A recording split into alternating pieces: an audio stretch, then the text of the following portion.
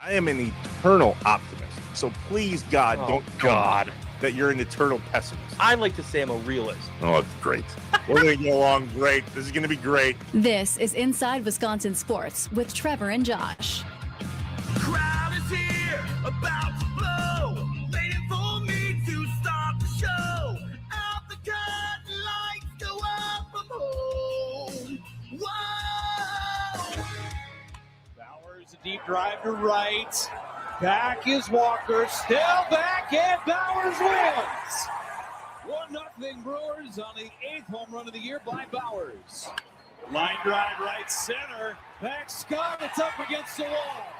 1 run's in, 2 runs are in. Terang is held. It's a 2-run double for Contreras. And Mitchell a drive to center. It's back. It is gone. 3-run bomb for Garrett Mitchell. 2-2 coming back from McGill. Fly ball, shallow left. In is Churio. Ball game. The Brewers have taken the first 2 in the series. You can go for the sweep tomorrow against the Cardinals. I have good news and bad news. Sure do. The good news is the Brewers are 3.5 games up in first place. Yeah. The good news is they've won 7 of their last 10. All They right. beat the Cardinals and won the series. And the bad news is I have a power to ruin things that I did not know I had. I think the rest of us did. Jeez. Do I take back a take back? You can't. It's not Tuesday.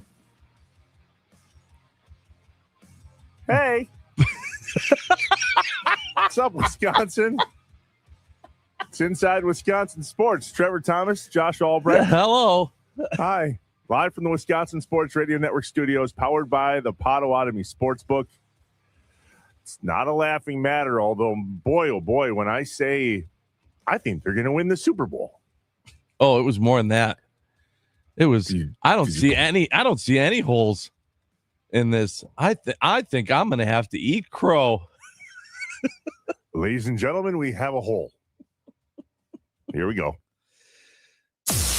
Packers. Hey, OTA started yesterday. Oh, how was that? Apparently, it went well Okay, with those that were able to participate. that's good. Was there anyone that couldn't? Yep. Hmm. Turns out the starting running back had a different appointment. Okay. In case you live under a rock and don't have social media or speak to any other human being or TV or any of that, there's some news to share.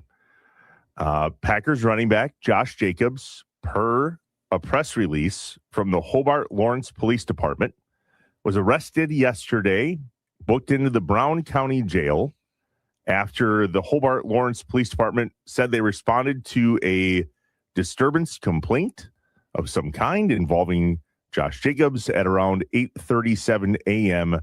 on Saturday morning. Here's the release. On May 23rd, 2026, at approximately 8:37 a.m., the Hobart Lawrence Police Department was dispatched to a disturbance complaint involving Josh Jacobs. As a result of the investigation, Josh Jacobs was subsequently arrested on May 26th, 2026, that's yesterday, and booked into the Brown County Jail on the following charges: battery, domestic abuse; criminal damage to property, domestic abuse; disorderly conduct, domestic abuse; strangulation and suffocation, and intimidation of a victim. And they note that this remains an ongoing investigation. Immediately following that press release, Josh Jacobs' attorneys put out a statement that said Josh vehemently denies the allegations, and this matter is in the early stages of investigation with important evidence that has not yet been made public. We ask for fairness and restraint while the judicial process takes its course. Whoa. Yeah, a lot to take in there. So there's 2 sides to every story, and there's 2 sides to this story. There is the real life, holy crap side, and then there's the football side. And so as you and I discussed on yesterday's show on a Take Back Tuesday, we look at this and go, all right, Packers in a really good place. Really, really good place. They're getting a lot of guys back. They've got a lot of new people in the building. They have a new look at their defense, a new look at their special teams. I would like to take back that I think they're not going to do well this year, and this whole eating crow thing. A few moments later. Whoa. Yeah. And these aren't small charges. This is real life major stuff. One of them, this strangulation and suffocation, is an assault. It is a felony. Mm-hmm. There is, to the most recent reporting, Josh is being held without bail. Mm-hmm. My first question was, how did this number of days go between a call like this on a Saturday morning and Josh reportedly turning himself in yesterday? Mm-hmm. From everything that I know, and you and I talked about this morning, and I've talked to numerous other people, it is very common that if something happens in this nature and there's a police call, that somebody that night, that morning, that afternoon is leaving that place. Right. And I thought it was confusing in the idea of, I have questions going, how did something like this take place on presumably Saturday morning when the call came in, and Josh, in this matter with these charges, not be arrested until yesterday? I reached out to somebody in our community that happens to be an investigator with a police department, and this was the response I got. One thing to remember is that every case is different. Depending on what follow-up needs to be done, things can take time. Sometimes it involves tracking down evidence, locating witnesses, reviewing records, or investigative steps. And a lot of times you only get one chance at that. So investigators want to make sure everything is done correctly and by the book before moving forward. Rushing things can create problems later on, especially in court. So it's important to make sure everything is solid before charges or arrests are made. And Josh and I talked about this before we came on the air. This is a spot in our society where it is innocent until proven guilty unless you read social media. And that is a place where you apparently don't get a fair shake anymore, regardless of the situation. Yeah, our society, depending on who you are and what you do, the idea of innocent until proven guilty is flipped in the eyes of society. Mm-hmm. Maybe not in the eyes of the court. They still might follow the rules as they're supposed to be, but it is possible, and we've seen it across all sports and beyond, that even if you are innocent, you're getting slandered. Your name's going to get dragged through it on the way. And if it is true, I mean, as you mentioned, the charge of this is a super serious matter. This is not one word. Damn. Yeah, this is not he was found with some marijuana in the car. This is not one of those charges that we've seen from former or current Packer players and, that type of charge and situation. That's not what this is. This is heavy. This is heavy stuff. And we're a sports show. We talk about sports. And so obviously, first and foremost, you look at a situation like this and you have to take it for what it is, which is a serious criminal allegation and matter. And then afterwards, you have to look at it in our eyes as this affects what we do as hosts of a sports radio show. Yep. And so if we could compartmentalize here as someone's like, enough of the doom and gloom. Okay, well, let's just set the personal stuff to the side for a hot moment and just speak specifically to the sports side of this. Mm-hmm. Crap. Right.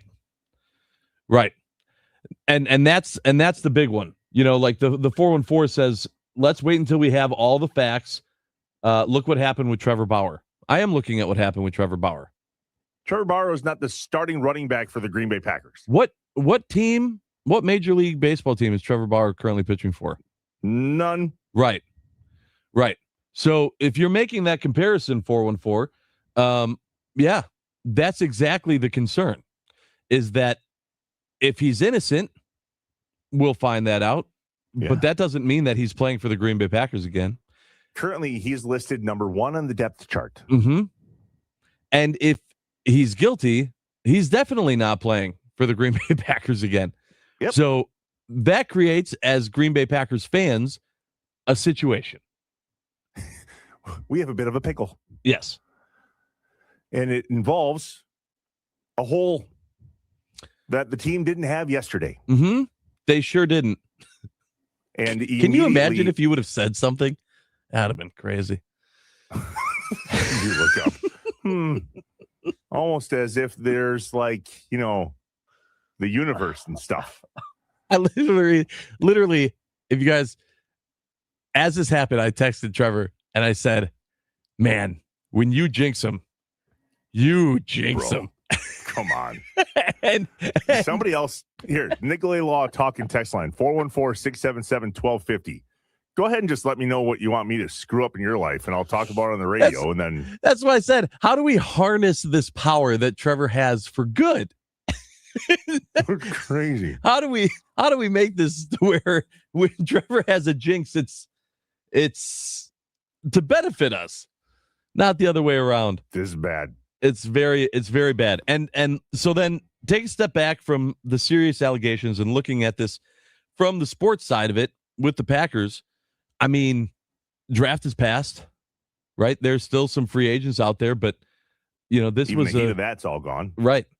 And so, I mean, what do you, Emmanuel Wilson, right? Or what, Lloyd, right? Wilson's gone now, Marshawn right? Lloyd is next, yeah, but he's slightly injury prone, so wrap him in bubble wrap.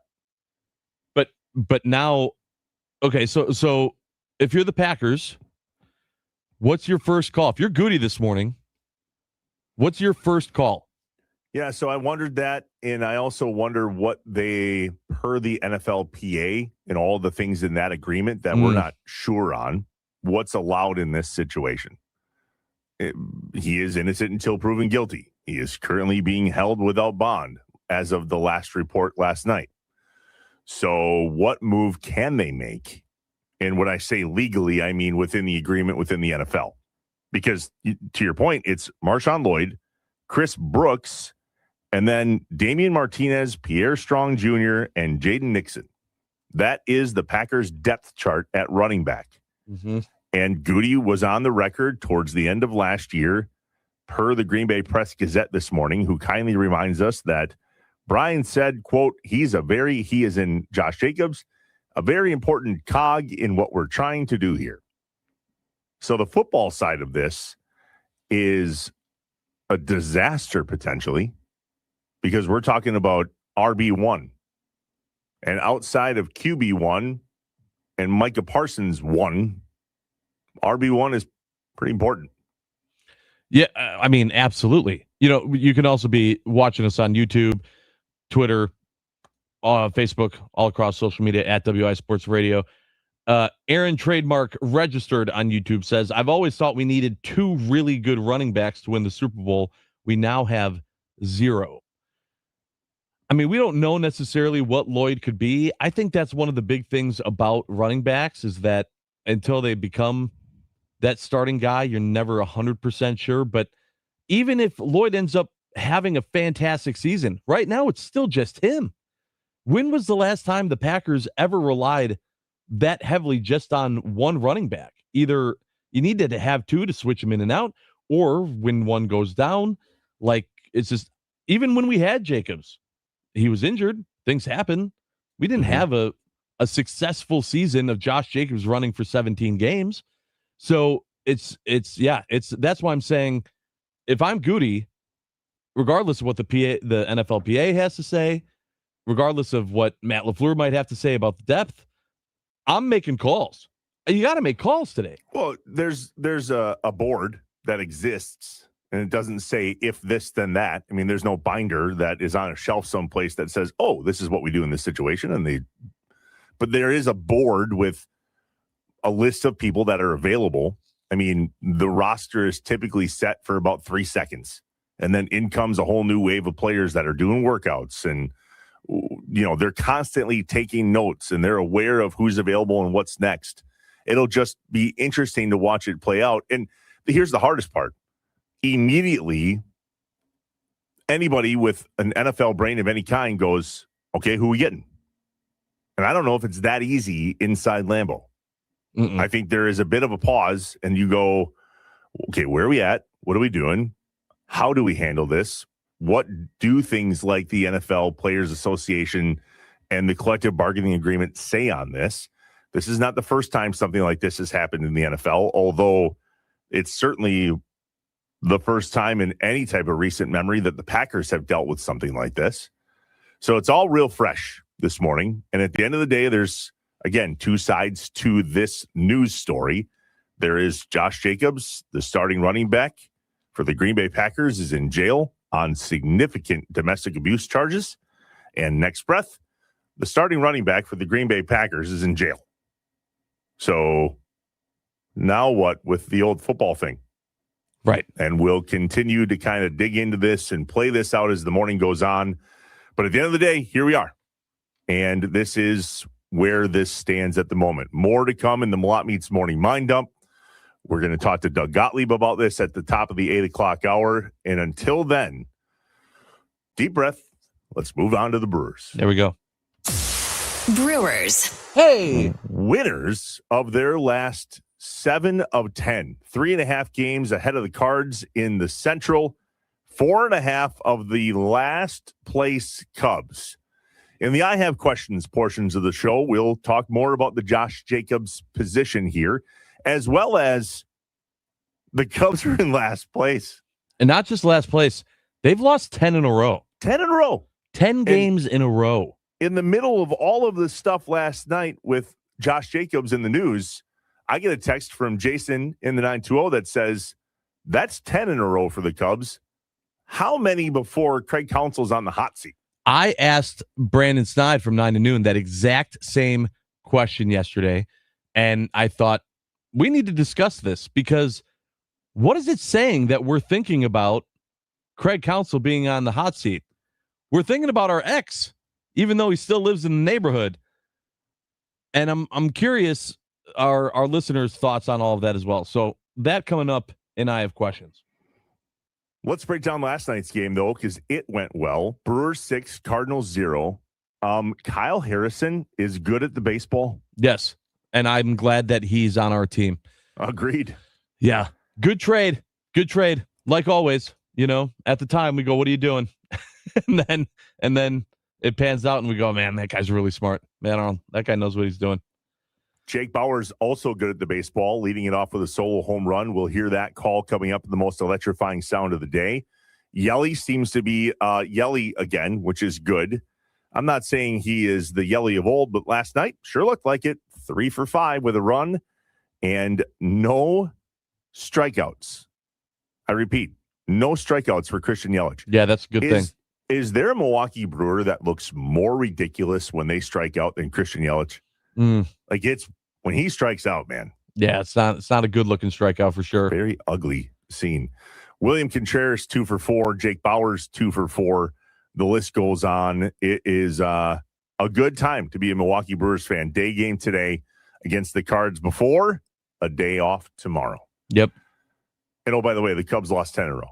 Yeah, and they did. And with that came another PCA blunder with a throw to third that just sailed on him.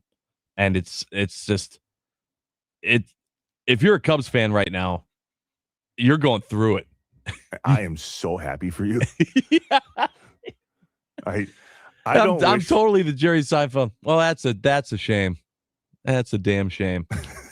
Look at the 404. Trevor, don't make any predictions on the Brewers. You got it. No problem. Fair. Moving on. Fair point. Anything with the Badgers? Badgers. Literally nothing. How about the Bucks? Bucks. Nothing. Okay. Anything else?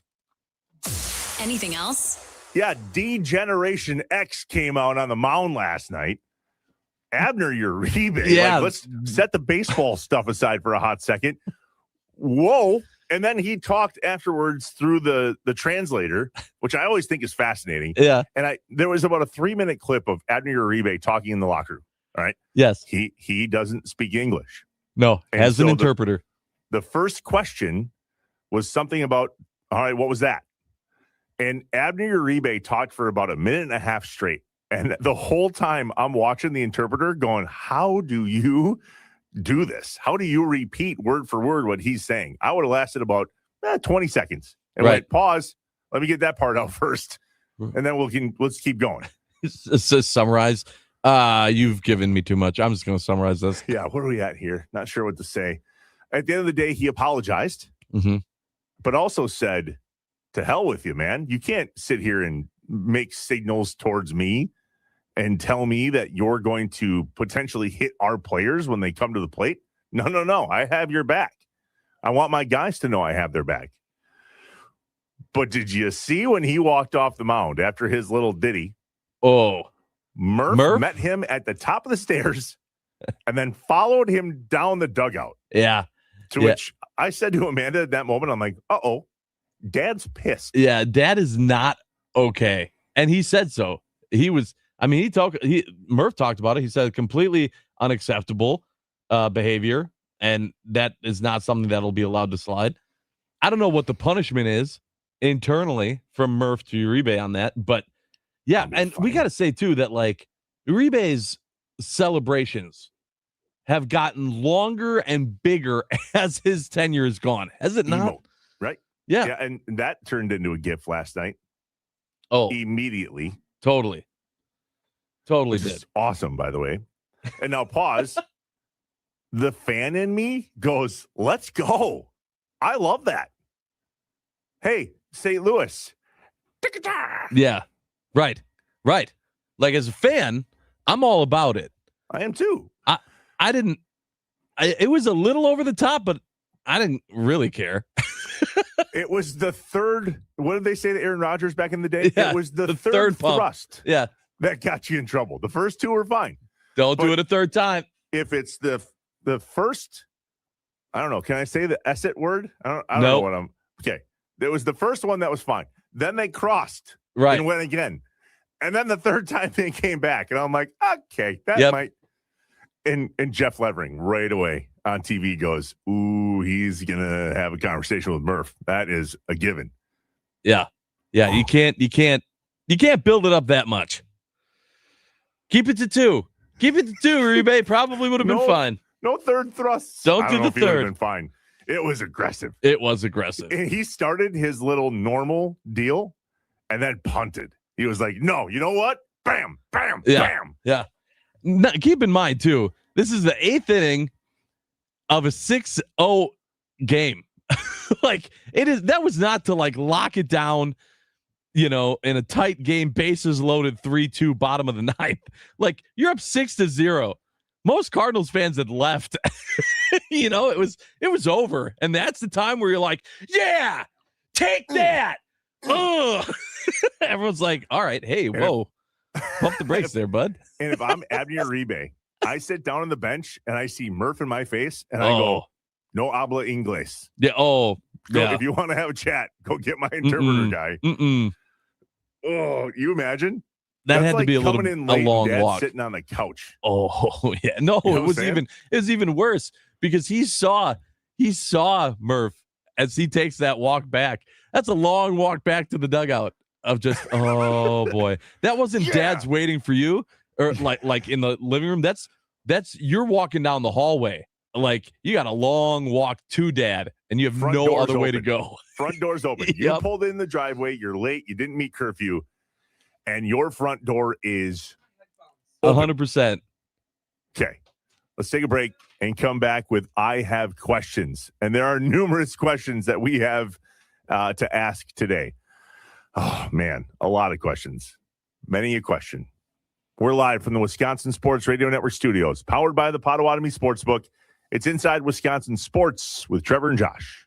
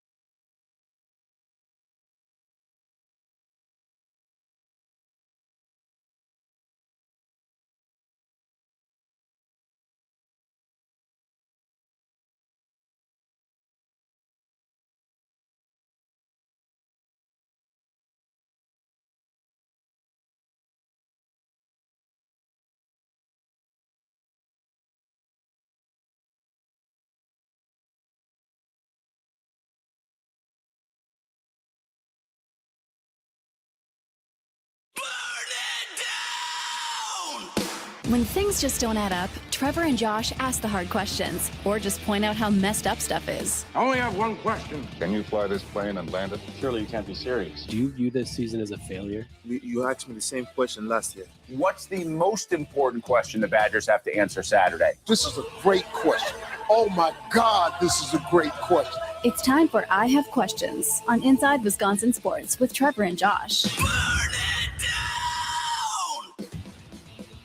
414-677-1250, the Nicolay Law Talk and Text Line. I have questions on Inside Wisconsin Sports with Trevor and Josh. A lot of questions. So get them in. We'll do our best to answer them with the information that we have, whether it's Josh Jacobs or the Brewers or literally anything else on the planet, because we probably have as good of a chance as answering that as we do some of the other things that are in front of us this morning. One thing that we can answer is the question of, do the Cubs suck? Answer, yeah. Yeah, they are on the biggest downfall I can remember. I mean, talk about a rut. So yesterday, even before the Cubs lost their 10th game in a row, right after our show, I had said to Brandon Snide of 9 to Noon, as he was getting set up for the show, I mean, I was talking to Rami, too, obviously a Cubs fan, saying, hey, how long does this losing streak have to continue before Counsell gets canned? Did they say a number? Immediately, Brandon said, he's not getting canned. Never. Doesn't matter. There's too much money invested. And I said to him, Brandon, if they lose 17 games in a row. You said 17? I said 17. I said, no way. Really? That was your number? Identical. I'll pull it up and prove it to you. Wild. I said 17. If they lose 17 games, you're telling me that Craig Counsell doesn't get canned. And he said there's too much money invested in him. And I went, you lose that many games, you got to do something. And it usually starts with the manager. 17. Incredible. You can't even see it. Yep. 10-game skid for the Cubs. When is Counsell on the hot seat? I said 17. Why? $8 million a year. That's why. Right. I think the fact that they are paying him so much is not a reason for him to be safe. It's a reason for him to be worried. We're paying you this amount of money, and we lose that many games now. For them to lose another 7 games in a row would be crazy. I mean, awesome. Yes. Crazy awesome.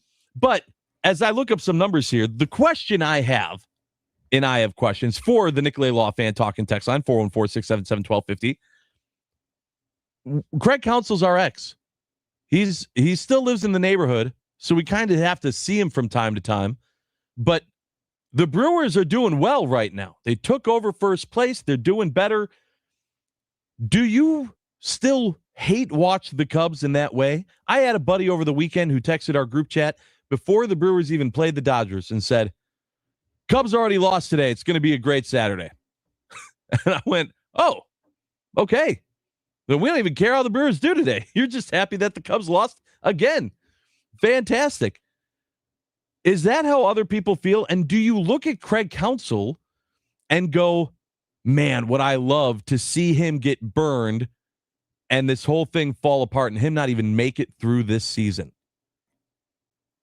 I would like that. Yeah. Do you know how hard it is? Did the Cubs not go on 2 10-game win streaks? One for sure. They did. They did. They've only played 55 games. Do you know how hard it is to win 10 in a row twice to follow that up with 10 in a row on a loss? Like, that is difficult to do.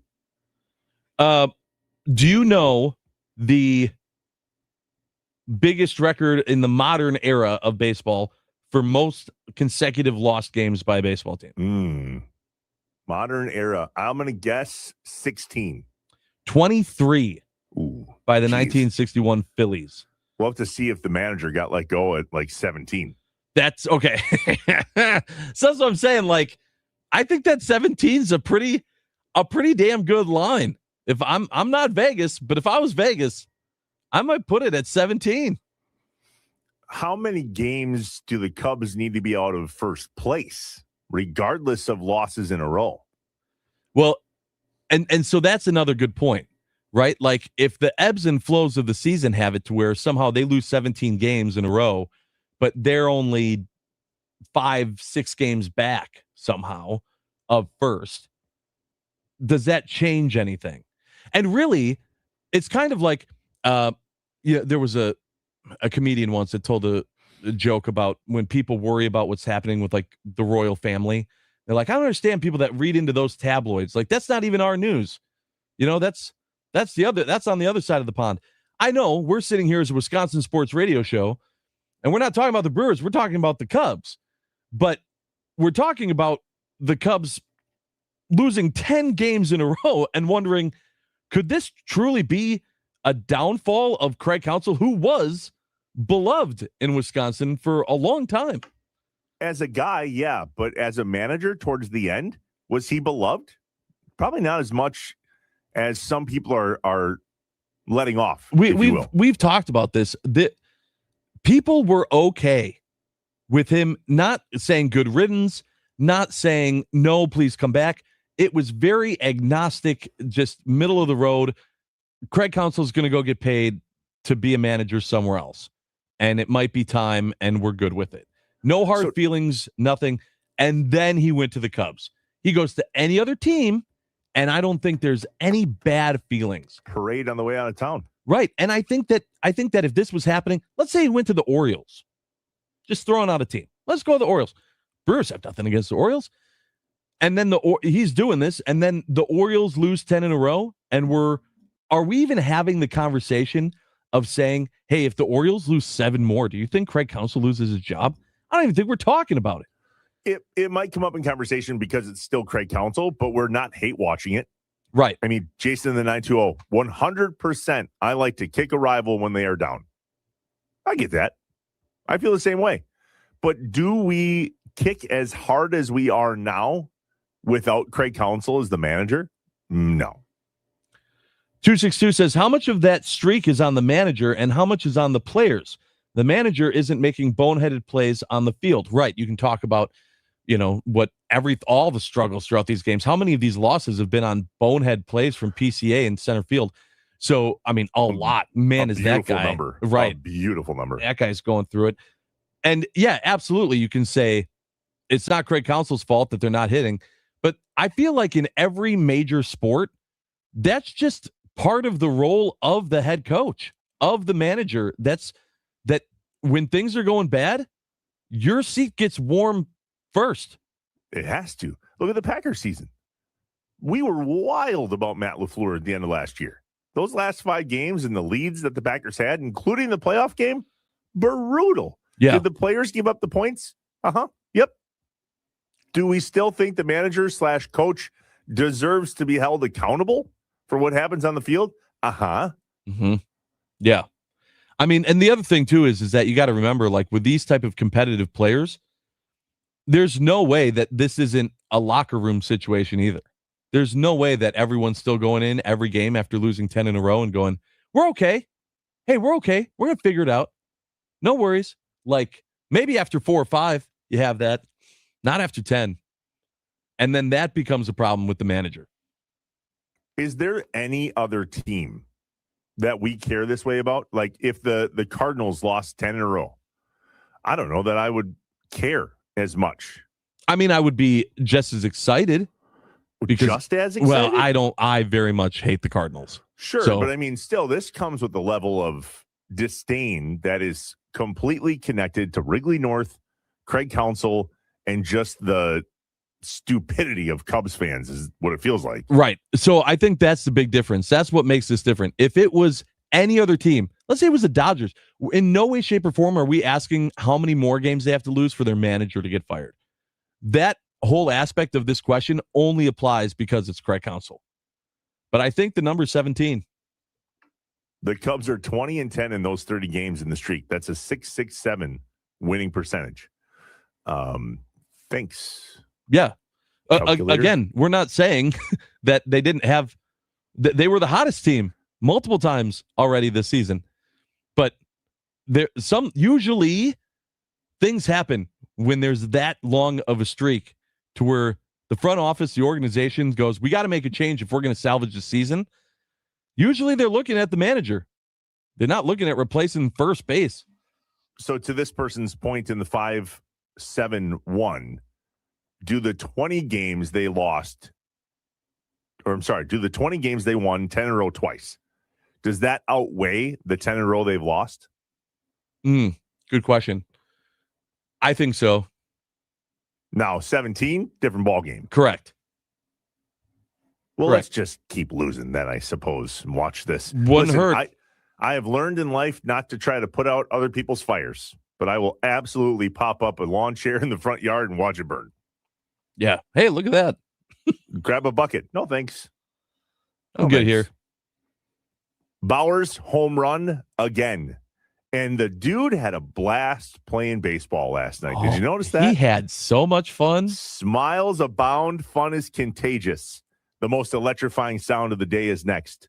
We're live from the Wisconsin Sports Radio Network studios, powered by the Potawatomi Sportsbook, inside Wisconsin Sports with Trevor and Josh.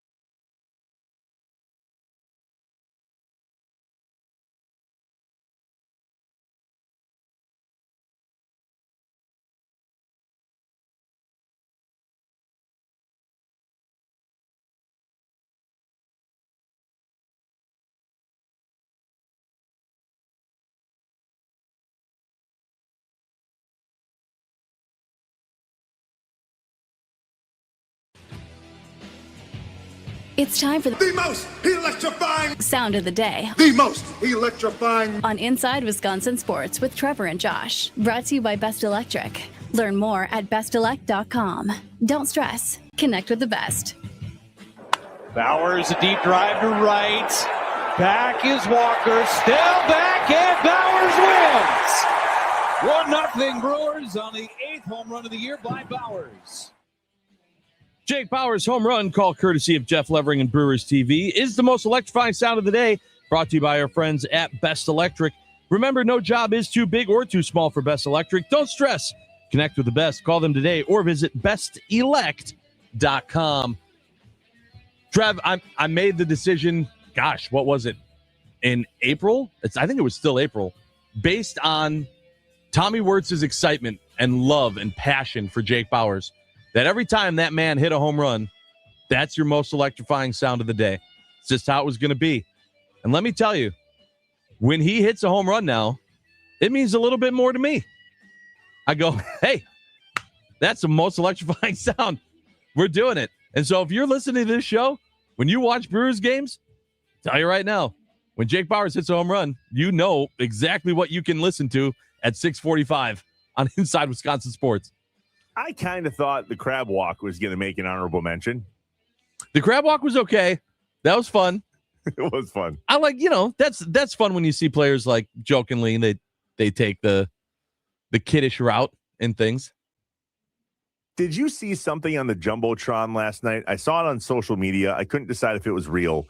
But was there something in the game that said if you want to participate in tarps off to be meeting over here? I did see that. Was that real? I believe it was real. Okay. I saw it also on social media. I did not see it during the broadcast. So I just saw like an image of it. But I do have thoughts on it. First of all, it was a big arrow pointing to the Miller Lite deck. Yeah.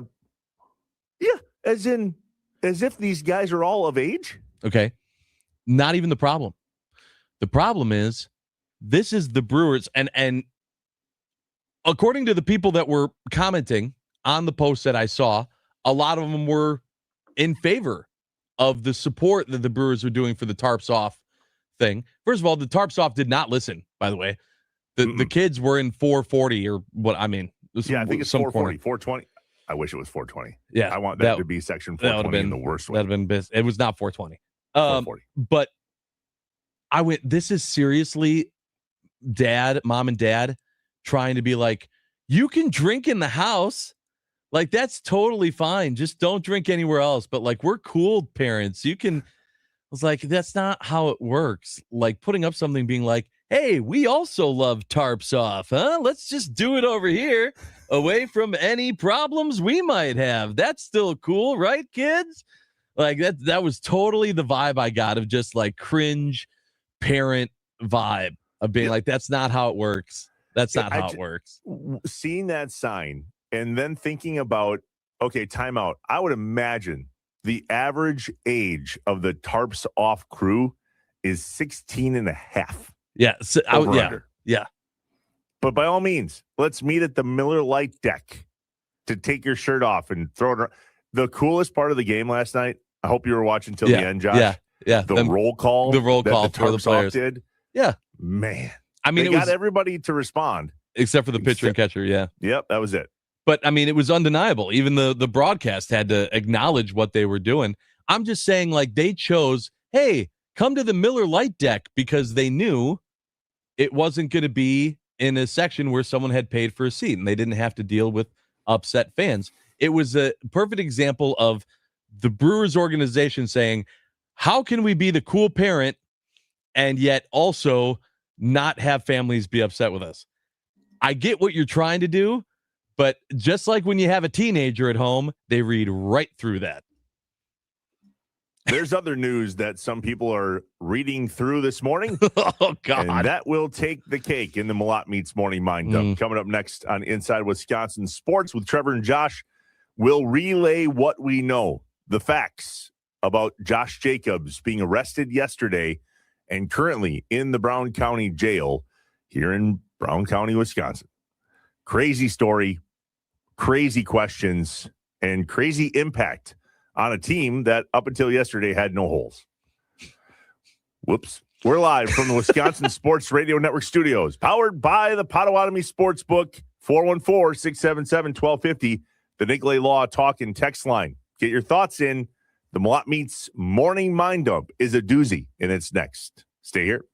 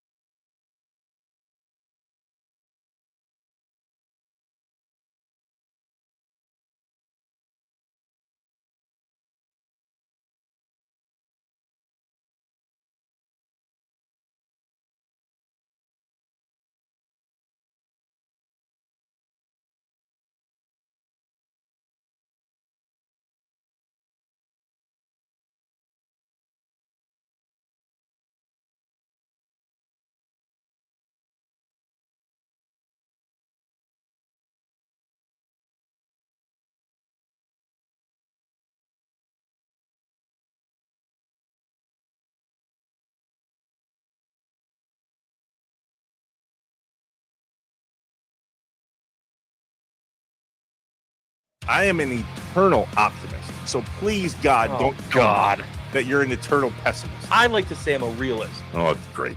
We're going to get along great. This is going to be great. This is Inside Wisconsin Sports with Trevor and Josh. Crowd is here, about to blow, waiting for me to start the show. Out the curtain, lights go up, I'm home. Whoa! Bowers, a deep drive to right. Back is Walker, still back, and Bowers wins. 1-0 Brewers on the 8th home run of the year by Bowers. Line drive right center. Back Scott, it's up against the wall. 1 run's in, 2 runs are in. Terang is held. It's a 2-run double for Contreras. And Mitchell a drive to center. It's back. It is gone. 3-run bomb for Garrett Mitchell. 2-2 coming back from McGill. Fly ball, shallow left. In is Churio. Ball game. The Brewers have taken the first 2 in the series. You can go for the sweep tomorrow against the Cardinals. I like the sound of that. Yeah, that's pretty great. The sweep against the Cardinals. Yeah, sweep the Cardinals. That's fun. Would have loved to sweep the Padres. Oh, yeah, totally swept the Yankees. Mm-hmm. Brewers baseball is good. And oh, how relevant it was just a few mere weeks back where we went, we're in big trouble here. Yeah. Meh. Turn Maybe things not. around. I mean, I think we knew we just had to get some pieces back. Yeah. And things are looking up. For the Brewers, what's up, Wisconsin? Welcome in. Inside Wisconsin Sports. Trevor Thomas, Josh Albrecht. Hi. We're live from the Wisconsin Sports Radio Network studios, powered by the Potawatomi Sportsbook. And if there is a job that you woke up to today that you're like, man, it's going to be a good day at work. Well, yay, you. That's good. I'm happy for that person. That's good. Yeah, me too. It's a tough conversation. We got to have it. Josh Jacobs arrested in Hobart Lawrence in the greater Green Bay area yesterday on significant charges. We'll share everything we know with you now. Time for the Malott Meats Morning Mind Dump. I hear voices in my head, they counsel me, they understand, they talk to me.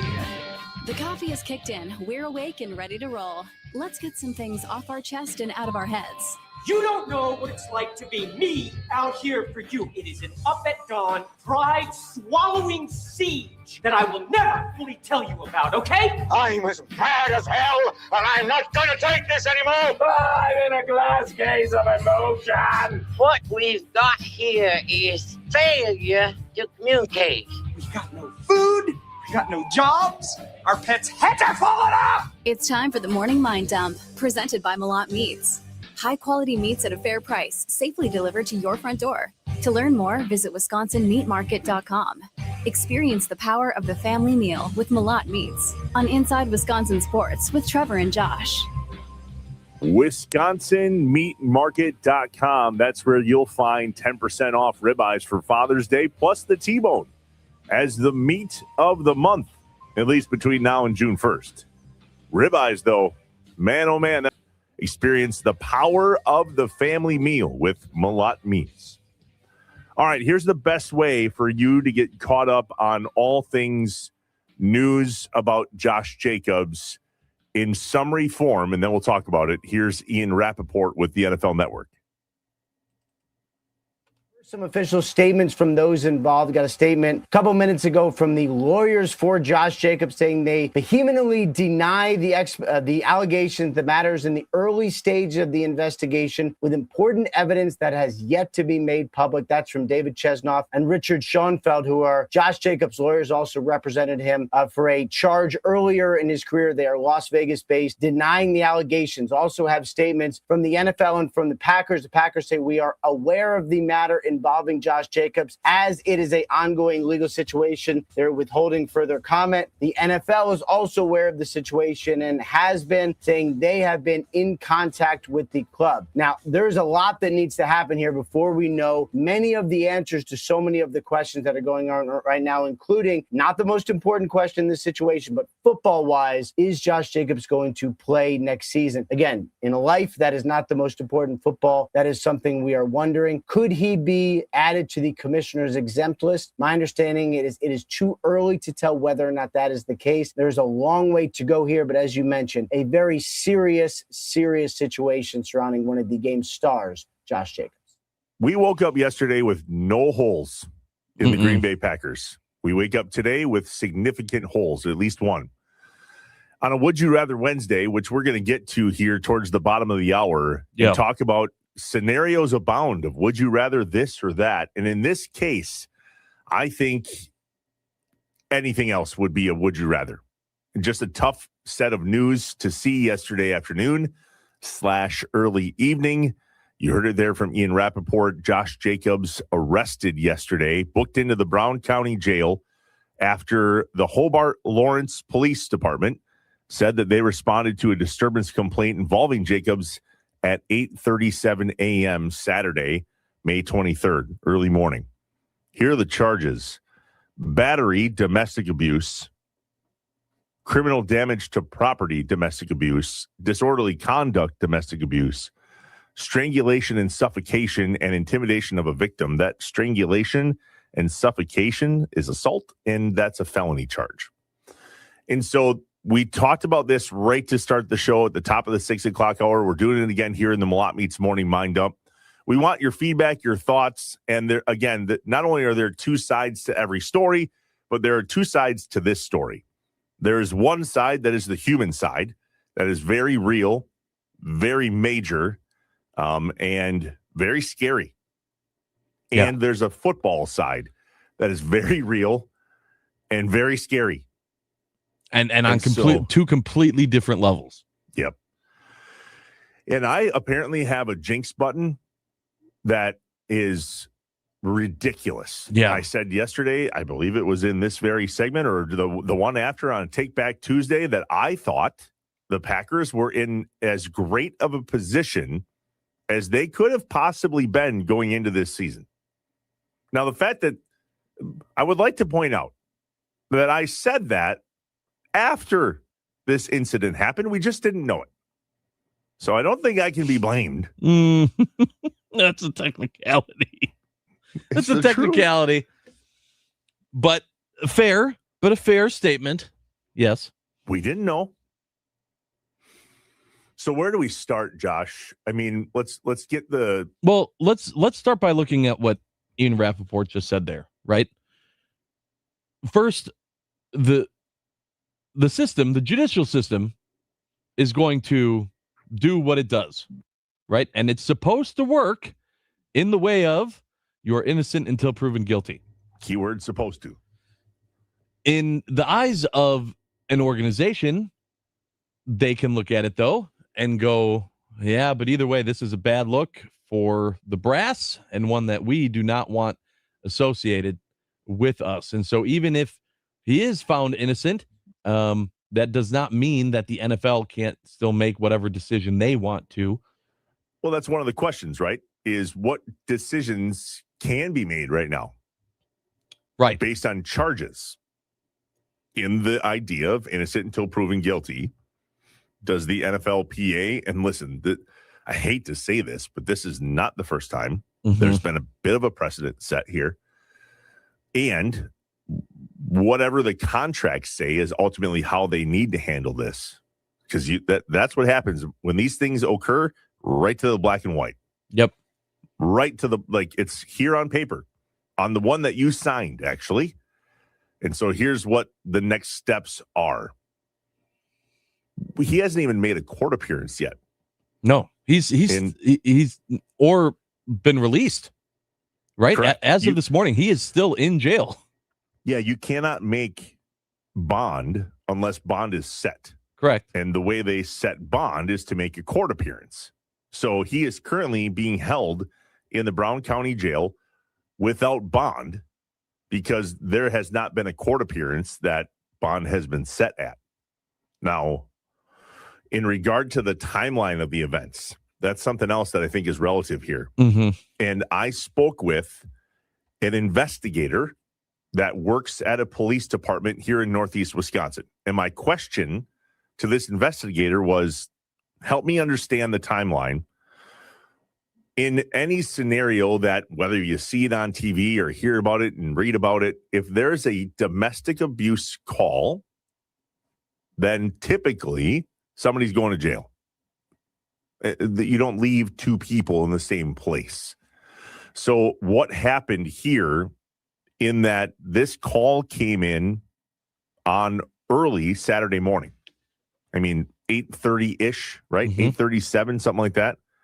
So what is the deal there with he was arrested yesterday? Here's what that investigator said back to me. One thing to remember is that every case is different. Depending on what follow-up needs to be done, things can take time. Sometimes it involves tracking down evidence, locating witnesses, reviewing records, or other investigative steps.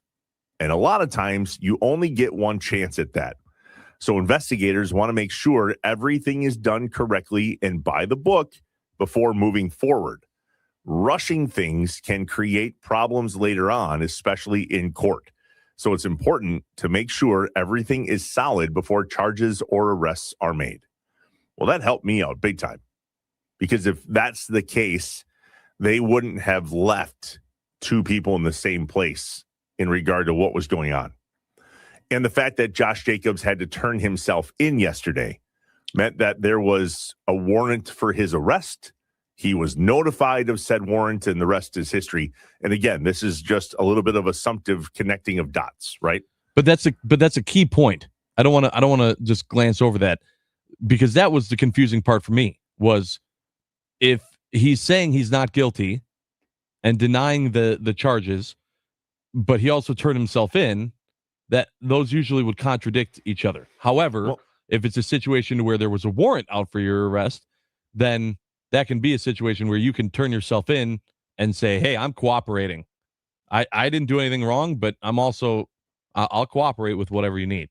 Yeah, that certainly seems like the case here, in that they have significant charges against Josh Jacobs, and he was reportedly arrested by turning himself in yesterday morning. The weirdest part about this is that if these charges on paper are as awful as they are, then what happened on Saturday morning where Josh wasn't arrested then? Was he not there? There's a chance that he wasn't there when the police got to wherever the assault, the abuse, the domestic was taking place. Right. We don't have those facts. We'll learn those facts, but we're left with a lot of questions, and yet, unfortunately, no questions. One thing that Ian Rappaport said that I found interesting, though, was the timeline of the decisions from the NFL. The court date and trial, if it gets to that, and everything else that takes place, right? All of these things can take time. Do you think there's any chance that this ends up being to where he's in camp and everything is kind of just going as if nothing happened while there's this elephant in the room hanging over his head? I don't know what is required and what's not. It's probably, we should have reached out to Andrew Brandt. There's lawyers, all right. Yeah, there will be lawyers. But what's the protocol? Because if you're charged with something and you're innocent until proven guilty, then what changes with your, getting arrested? There's some splaining to do, right? If you and I got arrested, we wouldn't just walk back in here the next day and go, hey, how are you? What's up? Good to see you. Right. You don't make a blotter with a mug shot. Not have a little sit-down conversation with your employer. This guy just happens to be employed by the Green Bay Packers. I'm just curious, like if somehow, this goes for like 6 months or something. Whatever. I don't know. Like, is this something to where we actually still see Josh Jacobs on the field for the Green Bay Packers this year. When this story came out, my immediate thought was, nope, we sure don't. Even if he's innocent. Even if he is innocent in all this. That's where lawyers get involved. And that's why they put out this statement so quickly yesterday, is that Josh vehemently denies the allegations. That's straight from his lawyers. So with a police press release with all of these charges, almost immediately comes out nope, none of that's true. I vehemently deny. And that might cause the NFL and the NFLPA and maybe the Packers to go, okay, how do we handle this? And there is a book for that. There is a scenario written down somewhere that clearly paints the exact course of action that needs to be taken. Now, all of that, and he's RB1. Right. So that's why I'm putting this out there. Let's just play out this hypothetical. Okay. If the NFL and the NFLPA, they do their thing and they come back to the Packers and they say, as this is an ongoing investigation, we are not making any decision as the NFL, saying that he cannot play football until trial starts, finishes, whatever they decide. If that goes into the season, can you see the Green Bay Packers making the decision to still have him be in camp and on the field at family night and on the field for week 1, suited up in green and gold as we go through this? Because we talk about the innocent until proven guilty, right? We say that that's the way the system was set up, but that's the way that the law was set up. That's not necessarily the way that the NFL, the Green Bay Packers, anyone else has to handle it. Do you see the Green Bay Packers organization saying, hey, he's an employee of ours, but until he is proven guilty, we are going to assume his innocence and he is going to play football for us? I wish we knew the protocol. Unfortunately, we don't. Well, but I think it's different from team to team. That's my point. Well, I don't know if it is. Ironically, that's my point, is that the NFLPA and these contracts probably have stipulations written in them that are the playbook for scenarios like this. Like there is a playbook that says if A, then B. If B, then C. If A, B, and C, D, and E is a felony, then this. Sure. But what I'm saying is that if the NFL and the NFLPA have that meeting, they talk about it, they look at all the fine print, and the NFL comes back, talks to the Green Bay Packers, and says, we are not going to punish Josh Jacobs at this point. He is free to play football for your team as you see fit going forward until the date is, of trial or blah, blah, blah, whatever. Do you see the Packers organization and their PR team and their look of this saying, sounds good, NFL, Jacobs, get in there, you're up?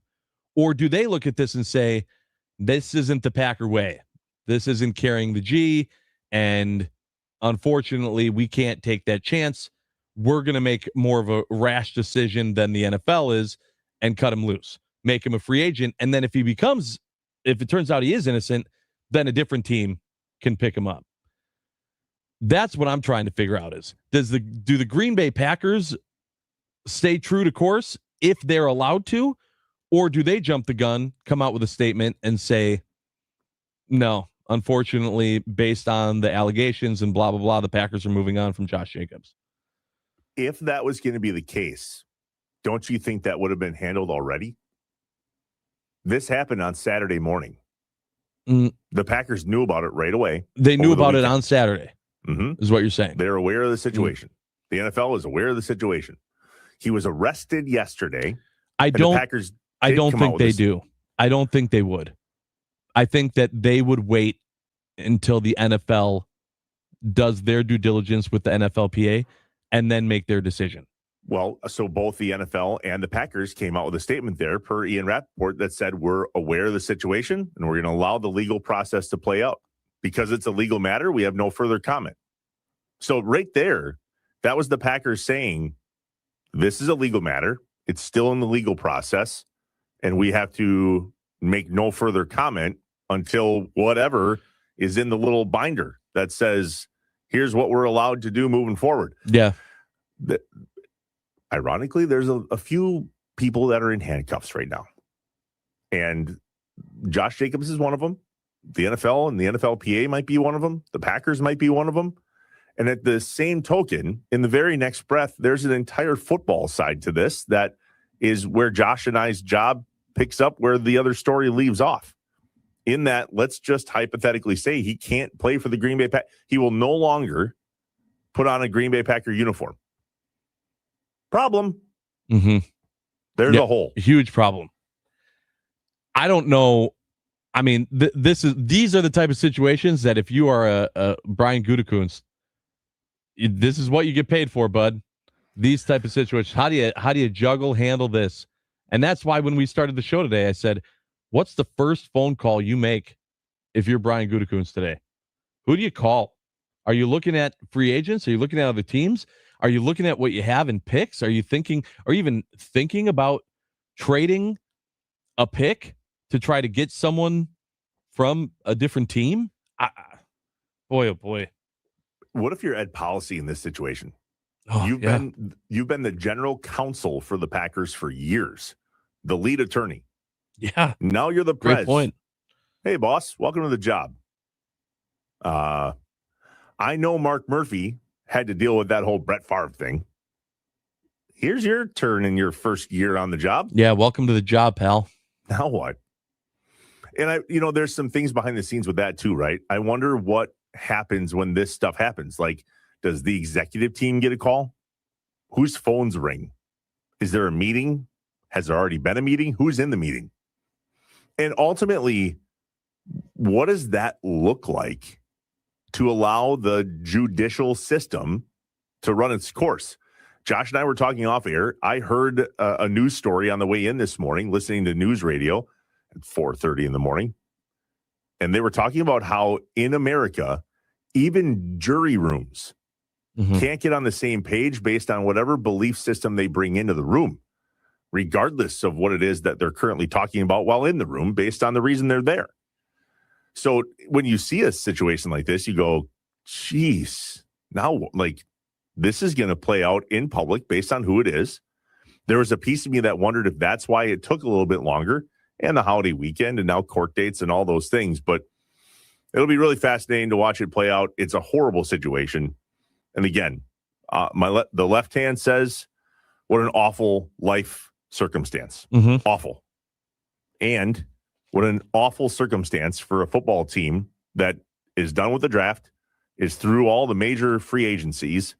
There are names that people are throwing out. And what does that even look like? And has somebody talked to Marshawn Lloyd? Yeah. How's he doing? Where is he? Right. Can he stay at Lambeau Field? Can we just make sure that nothing like, hey, bud? Yeah, bubble wrap him for a little bit. Bubble wrap him. Allow him, whatever you, Marshawn, what do you need, bud? What do you need in life? Yeah, we'll help you get it. The Nicolay Law Fan talking text line quickly. You guys chiming in here. 414-677-1250. Scotty Tiffany says it's too early to know how big of an issue this will be for Jacobs, but the fact that he was arrested is enough to tarnish his role in the locker room at the very least. The 414 says, don't think he should play or be on the team. It'll be too much of a distraction. JB in the 920, I thought about this too, saying this makes losing Aaron Jones hurt again. I immediately thought of Aaron Jones too after this happened. Completely different situation. But they could have kept Aaron Jones. His name was brought up instantly, and apparently there's rumors before all this went down that there was a chance they might trade for him and get him back for some reason. After didn't he re-sign with the Vikings? I thought it was just a name that got thrown out quick. Sure. Wouldn't that be something? That would be something. It's a Would You Rather Wednesday, and we have a scenario or two to share with you this morning. We want your feedback and your Would You Rathers as well. 414-677-1250, the Nicolay Law talk and text line. Is it doom and gloom? Kinda. Hard to hard to say that this situation isn't serious and a bummer, all over a bummer. For Packers fans, I think we get one day to have what I call a pity party. Mm-hmm. We're just going to sit in the suck for a second here and talk about the situation and also what do we do now? And tomorrow, it'll be a new day to go, and here's our path forward because we'll know more. We're live from the Wisconsin Sports Radio Network studios, powered by the Potawatomi Sportsbook, inside Wisconsin Sports with Trevor and Josh.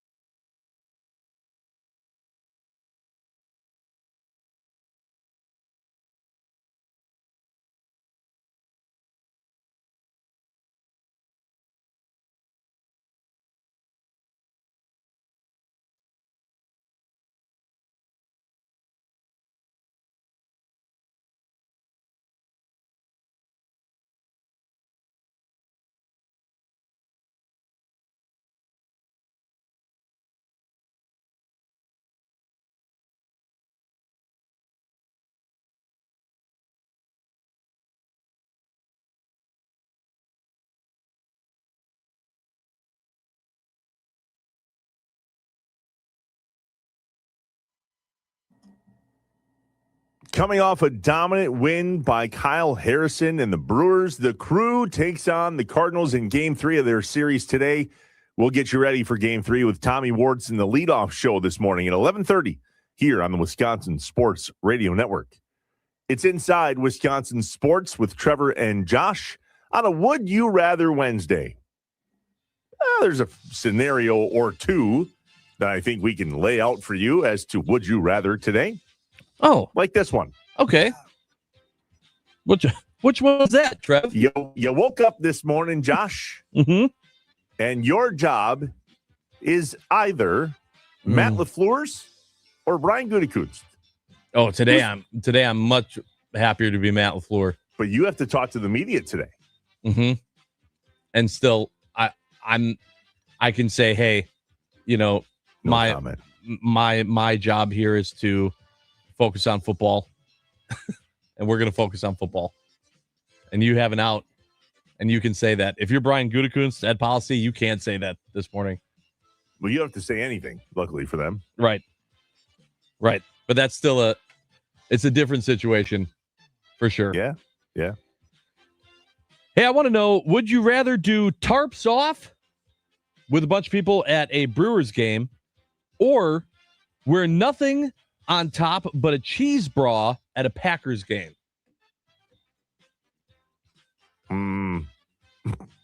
The fact that I had to think about this is really weird. Do I want to wear a bra or do I not want to wear a bra? Like, that should be a no-brainer to me. Well, right? but also, like it's Lambeau, it's colder.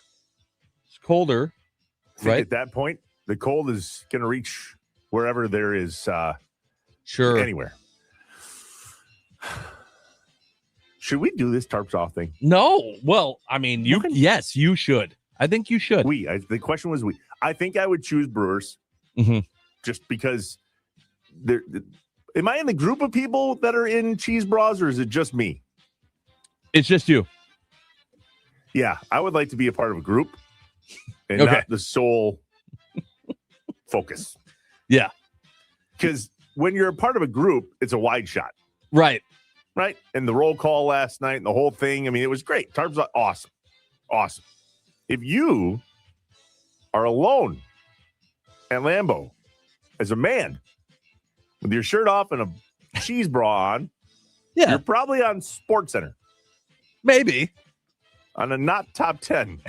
Maybe, but also maybe not. To where if you're part of the tarps off, you're definitely getting on TV. And a wide shot. And listen, they didn't, not everybody with the tarp. I mean, eventually everybody, but. Yeah. Amanda. Oh, boy. Amanda texted my wife and just goes, never the bra. Okay, she's answering it for you. There you go. Yeah. Well, she's also seen me with my shirt off, and just it doesn't get better with a cheese bra. That's the difference. It does get worse somehow. Josh, if you had the cash, the money to write a check like Travis Kelce did and recently bought in to the Cleveland Guardians as a minority owner. We watched Aaron Rodgers do it with the Bucks. We've seen Giannis do it with the Brewers. Yep. You got a checkbook, and there's enough money in it that would allow you to become a minority owner. Which one? Would you rather Brewers minority owner or Bucks minority owner? Brewers. That was quick. Yep. Brewers 100%. Even though I'd have to live with myself saying, I know this still isn't enough money. Whatever I'm forking to become a minority owner still isn't going to be enough to play. But I'd much rather be a part of the Brewers organization than the Bucks. Okay, that surprises me because you're the Bucks guy. I mean, is it today? Is it Jimmy Haslam? Is it Mark Antanasio? Like, what plays into that? I think a lot of it is just the organization, the trusting of the organization and their plans and what they're doing going forward. I think that the Brewers are a solid organization right now, even though they have things that are difficult that they have to deal with as a small market club. I think in comparison to the Bucks, if you look at the Brewers organization and the Bucks organization and you said, which one do you trust more right now? It would be 90% at least saying the Brewers. That makes sense to me. So from a strictly financial standpoint, I don't know whether I want to invest in the Bucks if that's the case as it's currently being ran. All right. Would you rather wear a hat but no sunglasses, or sunglasses but no hat? As long as there's sunscreen, I'm a sunglasses and no hat guy. Mm-hmm. Listen, when you're bald, we've all seen these dudes that wear a hat all summer long because they want to protect their head. The problem is their head is bright white and the rest of their body is tan, at least what you can see. And there's that ring around their head that you can totally tell where the hat line is. I try to avoid that if at all possible. I do get the marks on the side of my face from the sunglasses. Sure. Which is what it is, I think. But yeah, I used to be a hat guy through and through until I got bald. And now just hats don't agree with the sandpaper. Yeah. I wear a hat every day. And I still agree with you. I would go sunglasses over hat. I wear a hat as like a fashion statement. I've never worn a hat to be like, oh, finally something to keep the sun out of my eyes. Like for that, I'm using sunglasses. Like if I only get one, the hat is not going to help me enough in terms of keeping the sun out. So then I guess I'm taking the hat off, putting sunglasses on. You are a pasty fella too. Yes. You burn through windows. Correct. Yep. In December, I can get sunburned. In December. That's right. Absolutely. This is a legit question. Oh boy. Would you rather lose RB1 or WR1?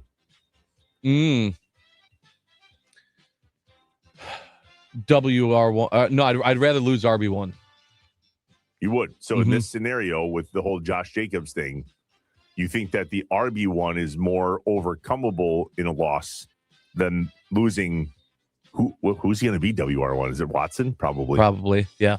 And I'm pretty confident in my answer in that. I think that a lot of the running back game too is based on that offensive line, how big of a hole is getting made, but also like just in today's NFL, you either have just an absolute powerhouse at running back to where you have to build around that, or it's a passing game. And so that's why, we see these contracts and everything for running backs, and the value just isn't there the way it is for a wide receiver. That's a good thing to remember today, is that the Green Bay Packers offense is a passing game more than it is a running game. Mm-hmm. True. It's just trying to make ourselves feel better. Yeah. Hey, would you rather watch PCA struggle, but the Cubs win, or the Cubs lose, but PCA has a good game? At the end of the day, I want the team to suck. So if PCA's having fun, good for him. If they're losing, that only lasts so long. Man, I'm with you, but it is so much fun watching that dude not play baseball well. I don't know why I enjoy it so much, but I do. Like every time he has a bad play, someone goes and shows the replay of him jumping for a home run ball at American Family Field that's 100 feet above his head. And the fact that I get to keep seeing that clip makes me feel so good. I love it. The clip that was out with him and the woman that was the White Sox fan. Oh, we're all aware of that clip, right? Yeah. We all know what he said. Need to send her a wedding gift. I had not watched that clip until last night with audio. Oh, really? Well, you see it and you kind of look around and go, oh, can't listen to that here. Can't listen to that there. So late last night, I finally watched it with audio. Whoa. Oh, yeah. Yes. There were microphones that could pick it all up. And the words. Yeah. Would You Rather Wednesday, Inside Wisconsin Sports with Trevor and Josh. We'll get to yours and maybe a few more of ours. 414-677-1250, the Nicolay Law Talk and Text Line. We're live from the Wisconsin Sports Radio Network studios, powered by the Potawatomi Sportsbook.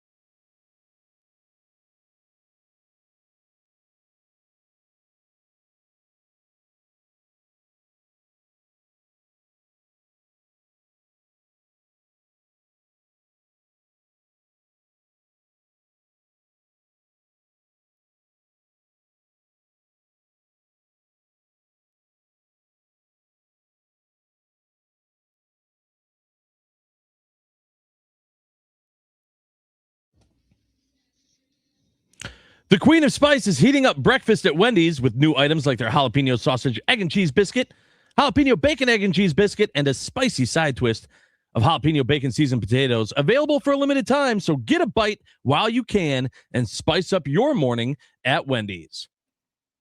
Inside Wisconsin Sports with Trevor and Josh on the Wisconsin Sports Radio Network. On a Would You Rather Wednesday, Doug Gottlieb scheduled to appear at 8 a.m. and also has confirmed he'll appear at 8 a.m. It increases our chances of seeing him at 8 a.m.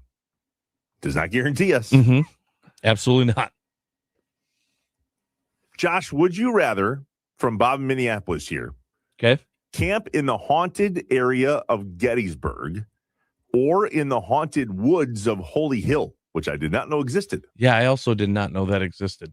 So haunted woods or haunted battlefield? Oh, woods, I think. There's some spookiness of a battlefield. I don't know. I don't probably know. Look up what does anybody know the haunted woods story of Holy Hill? That kind of plays into this. I stay away from the haunted stuff altogether. Me and you both, bud. Yeah, that's usually I'm going to go the other way. I want nothing to do with anything. Do you believe in ghosts? Nope, but I've also never seen one. So, how about this one from the 262? Would you rather have to mow the lawn 4 times a week or do a full sink load of dishes 5 times a week? Confession. Oh boy, here we go. I really like mowing the lawn. Okay. So mowing the lawn 4 times a week, I would much rather do. Now, if do you have a walker or a rider? I have a self-propelled Milwaukee Tool electric mower. Okay, we need to stop the show. How is it? Is it great? I not have one yet. I know you're a big Milwaukee Tool I have guy. all the Milwaukee Tools, but I had already had a battery powered like Toro because Milwaukee hadn't come out with one yet. When I got a house, I needed to buy a mower, and my Toro works fine. So I was like, there's no point in me spending the money frivolously. So I hadn't gotten it, but it's good. It does run out of battery if not operated correctly. Quicker. See, that was my concern. But if you don't let your lawn go and you mow it 4 times a week in this scenario, then I think you're going to be just fine. Sure. It's when you go, oh God, I haven't mowed that in a week and a half, and it's Memorial Day weekend, and I don't have time. That was a battle on Monday early evening, but it's quiet, and it's I really like it personally. 262 says, would you rather see the Bears, Vikings, or Lions win the Super Bowl, knowing the Packers win the Super Bowl the following season? Let's take the Lions out of there because I think we both would say Lions. Yeah, whatever. Yeah. So take the Lions out. Would you rather see the Bears or Vikings? This is tough because I think we hate the Bears more, but what's the one thing we can always hang our heads over, hold over the Vikings? Is that they have 0 Super Bowls. Right. They have an empty trophy case. You know what? I think my answer is the Vikings. You'd rather the Vikings win? Yeah. Than the Bears. Whatever. Good for you guys. Congratulations. About time. Whereas the Bears, with everything going on right now with LaFleur and Ben Johnson and whatever that handshake deal, nope. Sure. I want nothing to. Well, would you rather have the White Sox win the World Series or the Twins? Yeah, man, I don't care at all. Either one. Fine, go ahead. But I still choose the Twins because I don't want Chicago to be successful. Yeah, but White Sox fans hate Cub fans too. So there's just a part of Chicago that also hates. We have a common enemy. so I don't mind White Sox fans at all. That's a tough one. God, I don't know. I really don't know. Oh, I hate this question that I helped self-create. It's the worst. I'm still gonna go Vikings. Yeah, I'm gonna still go Vikings, but I hate it. I absolutely hate it. But I hate it less. RLB from the 414 says, would you rather a healthy Ben Sheets with a healthy CC Sabathia or a healthy Giannis with a healthy Dame? This is Yeah, I mean, for you, it's the easiest one, but also surprisingly for me, it's relatively easy. Give me Sheets and CC. Like, if it means the Brewers could win a World Series, we will always take that in a would you rather. Literally, whatever Always. the scenario is, always. Josh, I had one more on my Yeah, side. yeah, go ahead. Would you rather only ever to be able to use this new Uribe gif or the Contreras hang up the phone gif? Hang up the phone. That was an epic one. Yeah. This last night, though, that's going to stick. It's an epic celebration, but it's the moment that went along with it. Right after. Right. And it being with Council and the Cubs, not just the 6-0 shutout of the Cardinals. A lot more juice. And you remember that with the gift, too. You remember those things. The 920 says, would you rather play with your softball team that you played every game with this year or quit on them to go and win an individual medal in track when the softball starts? I don't think that's a would you rather. I think this situation might have actually happened. Yeah. Doug Gottlieb joins us coming up next. One of the ones that stopped by, Josh, this weekend at the Memorial Day weekend celebration that is Celebrate to Peers, said, I love the show, and I really love Doug Gottlieb on Wednesdays. Well, bud, you're not alone. Yep. You and thousands, literally thousands of others will tune in about 7-ish minutes when Doug Gottlieb is scheduled to appear on Inside Wisconsin Sports with Trevor and Josh, who are live from the Wisconsin Sports Radio Network studios, powered by the Potawatomi Sportsbook. Stay here. DG is next.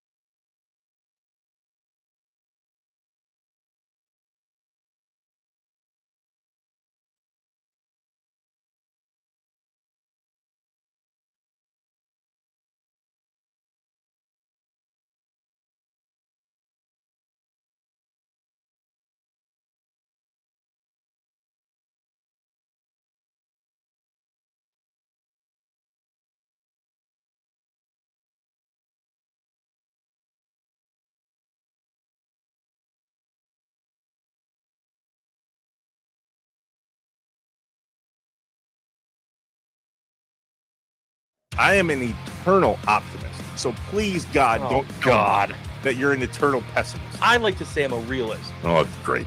We're going to get along great. This is going to be great. This is Inside Wisconsin Sports with Trevor and Josh. Crowd is here, about to blow, waiting for me to start the show. Out the curtain, lights go up, I'm home. Whoa! Bowers, a deep drive to right. Back is Walker, still back, and Bowers wins. 1-0 Brewers on the 8th home run of the year by Bowers. Line drive right center. Back Scott, it's up against the wall. 1 run's in, 2 runs are in. Terang is held. It's a 2-run double for Contreras. And Mitchell a drive to center. It's back. It is gone. 3-run bomb for Garrett Mitchell. 2-2 coming back from McGill. Fly ball, shallow left. In is Churio. Ball game. The Brewers have taken the first 2 in the series. You can go for the sweep tomorrow against the Cardinals. Oh, how sweet the sounds of a sweep. And a brand new GIF or GIF. Is it a GIF or a GIF? I call it a GIF. I think it's a GIF. I feel like there was a lawsuit. A GIF lawsuit? I think there was a lawsuit from Jif Peanut Butter that said, no. It's not a GIF, it's a GIF. I don't know. Okay. Listen, if these are the problems we have to figure out today, we'll take it. Those would be much better problems. Let's lead the show with that instead of Josh Jacobs getting arrested. Please. What's up, Wisconsin? Welcome to Hour 3, Inside Wisconsin Sports. Trevor Thomas, Josh Albrecht. Hi. And joining us now on the Wisconsin Sports Radio Network guest hotline, powered by Gruber Law. One call.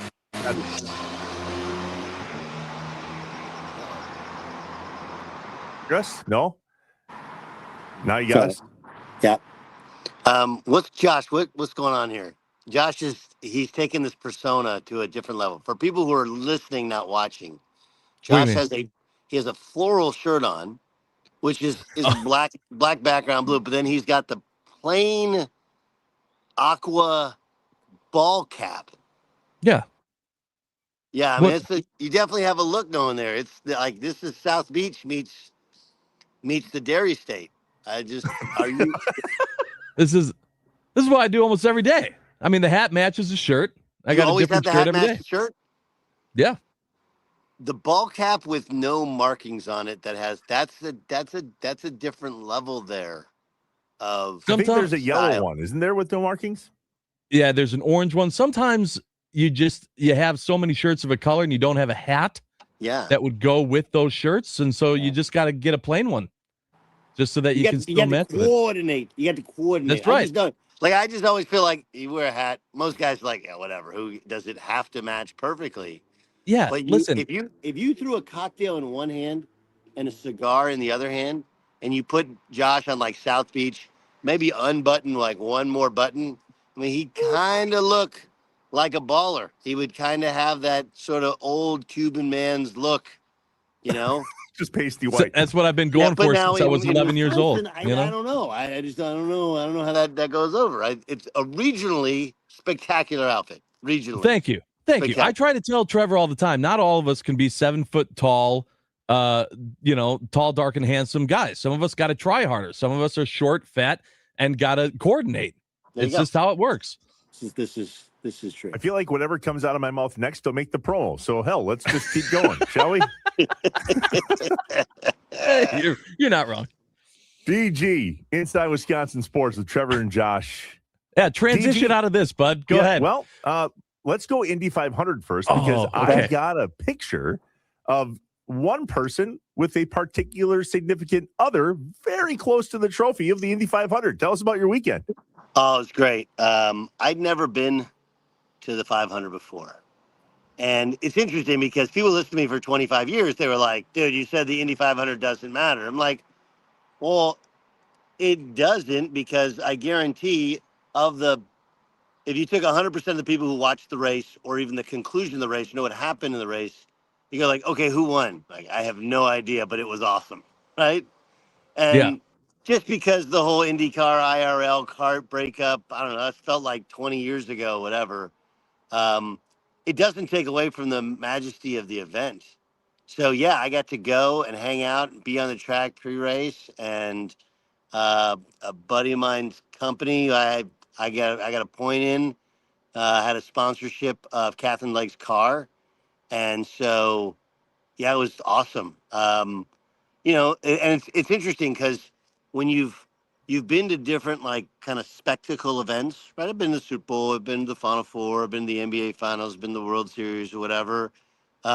This one's sort of different, right? Because you have race fans, it's like a tradition in the Midwest, and then you have like IndyCar people, and we're staying at a hotel with IndyCar people, and it feels like if you watch the Netflix series about what's that?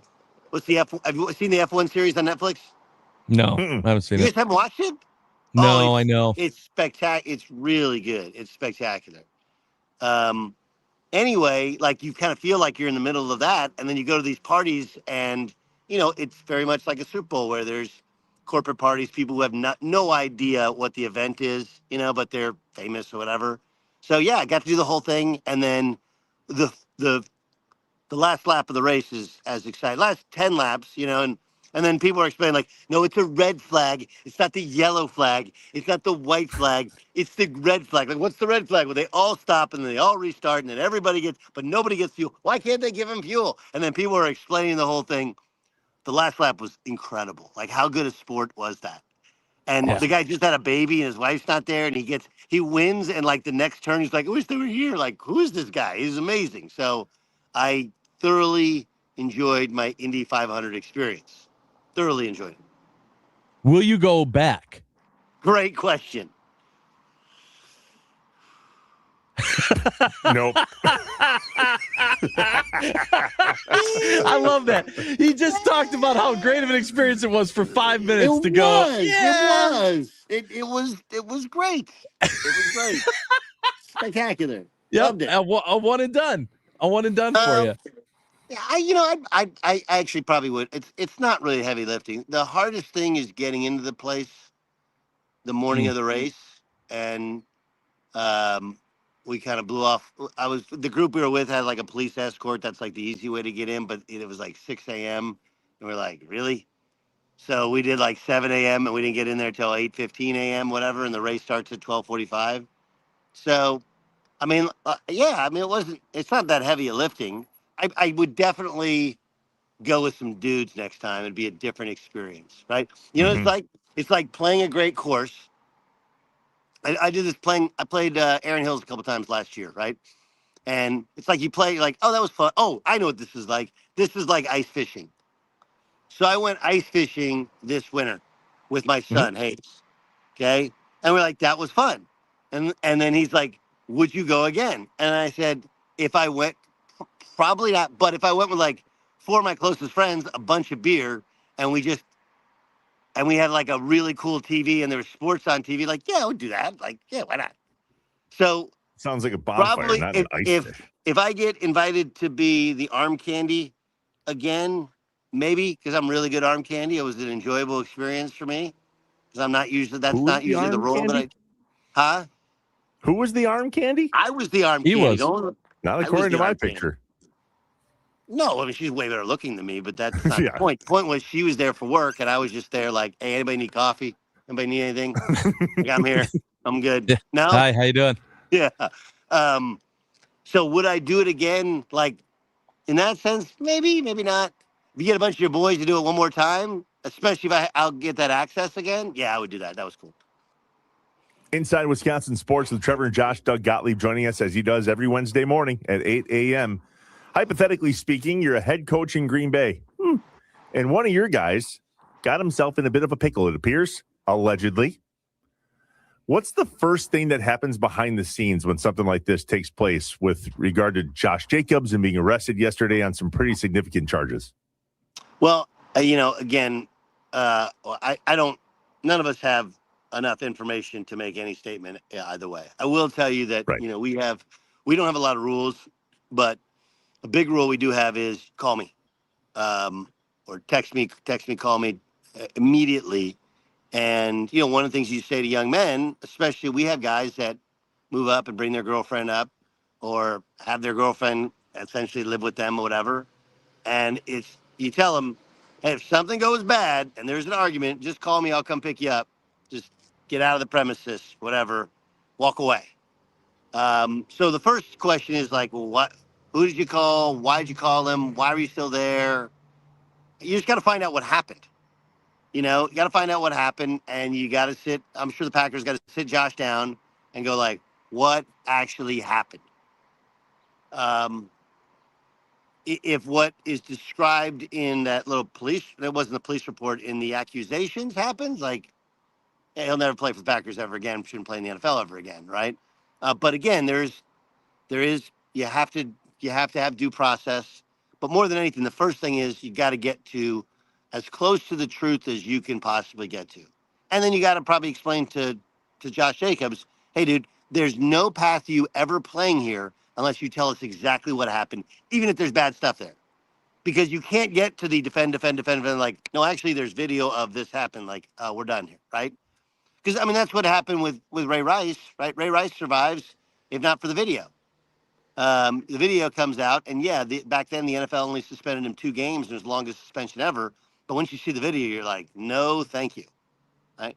So I think the first thing is let's find out what happened, and then you gotta communicate with all the rest of your players. Hey, dude, heightened sense of urgency here. Like, mind your P's and Q's. Don't say no comment is the comment. And then, you have to work with legal and stay out of it. You can't do anything, because the second you do something, especially as powerful brand as the Packers are, then they think you're trying to, put a finger on the scale of justice, and you can't do that either. So it's a really, really terrible place to be when you're a coach or you're in management, because you don't know. And, all you think of is, that guy's a hell of a player and he's been a hell of a guy, but everybody has their different person when they're outside the building. So, Doug, that got the conversation started this morning, talking about this, saying, to the judicial system, it's you're innocent until proven guilty. However, that doesn't necessarily that's not the rules that society follows anymore. And that's definitely not the rules that the NFL is required to follow. And so the question that I asked Trevor, and I'm going to ask you, is, let's say that the NFL and the NFLPA do their due diligence. They have the conversations. There's a court date set down the road, and they come back to the Packers and they say, it's up to you guys how you want to proceed. We are not stopping Josh Jacobs from playing football in the National Football League at this time. Do the Packers make the decision to say, it's still too bad of a look for us and we're moving on? Or do we see Josh Jacobs on the field in a Packers uniform before a trial? Again, that's the hardest part, right? Like, what do we do? Because he has been found guilty of anything, right? Anything. He's just like you and me. He's just faced some accusation, but because of the visibility of the team, the position, the player, again, that's why you have to have the conversation of what happened. Like, dude, what happened? So the first thing, and if you feel like, okay, there's a path here, I don't know. It again depends upon probably the player's equity within the franchise. Depends on precedent you've set previously. Probably also depends, honestly, on time of year. Like right now, it ain't nothing worth it. It doesn't risk it. You can still have him train in the facility, yet he's removed from it. My guess would be that for now, they remove him from the roster and let him figure out his personal business. As you get closer to OTAs in camp, it does get trickier, but we'll probably have a little bit more clarity on it. So, gosh, this is a hard way to say. Like, I don't know what you do. The thing about things like this is it screws everybody. It screws everybody, because there's 84 other dudes that didn't do any, or what is it, 52 other dudes on an NFL roster did nothing wrong, and yet you'll have people go like, "See, NFL players," like, dude, this is one guy in 53. Like, That ratio in real life is not bad. It's still too high, but not bad. So I don't know. I mean, I think right now you remove him. But once you get kind of closer, if this is still hovering overhead, I think, again, that comes down to equity that the guy has. What have he told you? What has the lawyer told you? And then how much do you want to extend yourself? The other part to it is, Josh Jacobs, I think he's a hell of a player. He ain't worth the reputation of the Green Bay Packers. And I think He that's ain't worth the reputation of the Green Bay Packers. Period. Stop. Yeah, You can find another running back on the street. It's been done. It's part of the problem with running backs. You can find another one for half the price. So my guess is you remove him now, you figure out what the story is, and as you get closer, it's going to depend on the equity he has, the truthfulness you feel like, and where the case is. And that was my big point, Doug, is I was thinking about, are they going to have him on the sidelines for family night?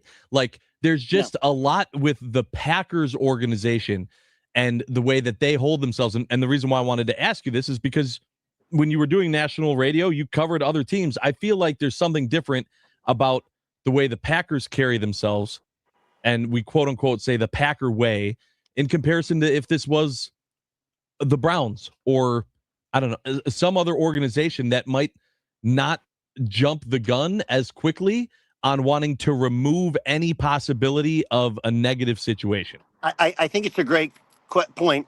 The counter to it would be if the Packers are a family organization and Josh is part of the family, and Josh says, I didn't do any of these things, then why are you, and Josh is innocent until proven guilty, then why is Josh not able to be a member of the Green Bay Packers in reasonably good standing? It's a really, really hard one.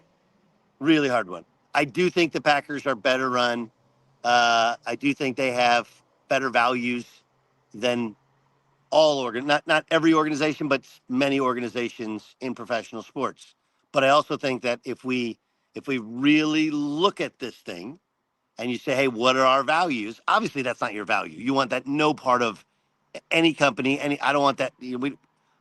But we have to remember, okay, this is a hard one, that as disgraceful as that behavior that other men have acted out in society, we have had people that have made those things up, which again just boggles my mind.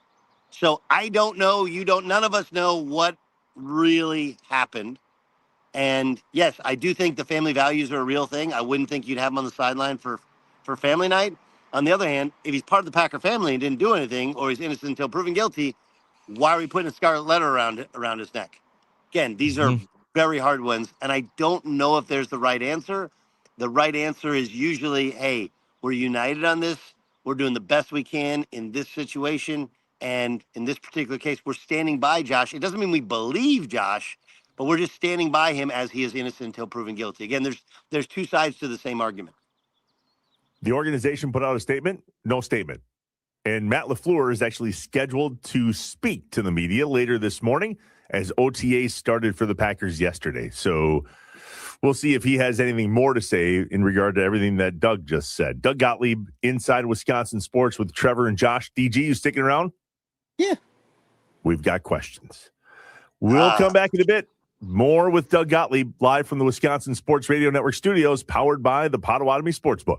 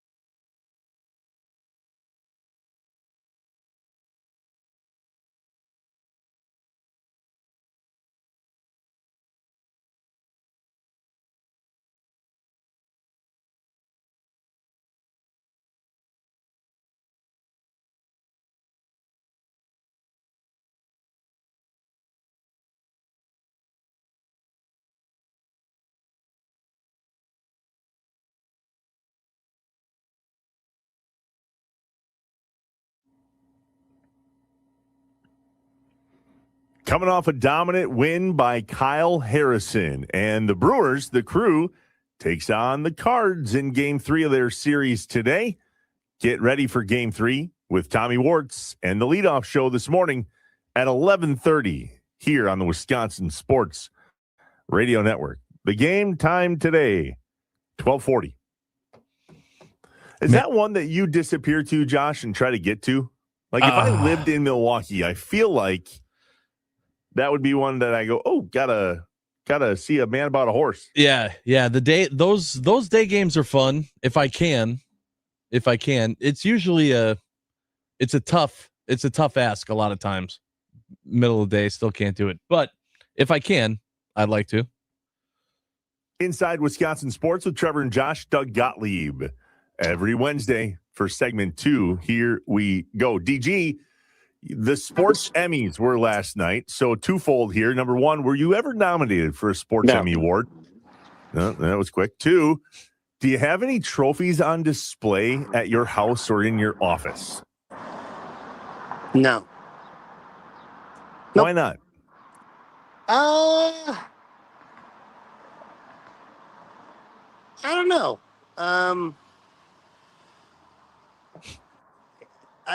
It's an interesting, like we let's start with Sports Emmy thing. I don't even know who votes on them. It is very formulaic how they do it. It is not a great representation of the industry, in my opinion.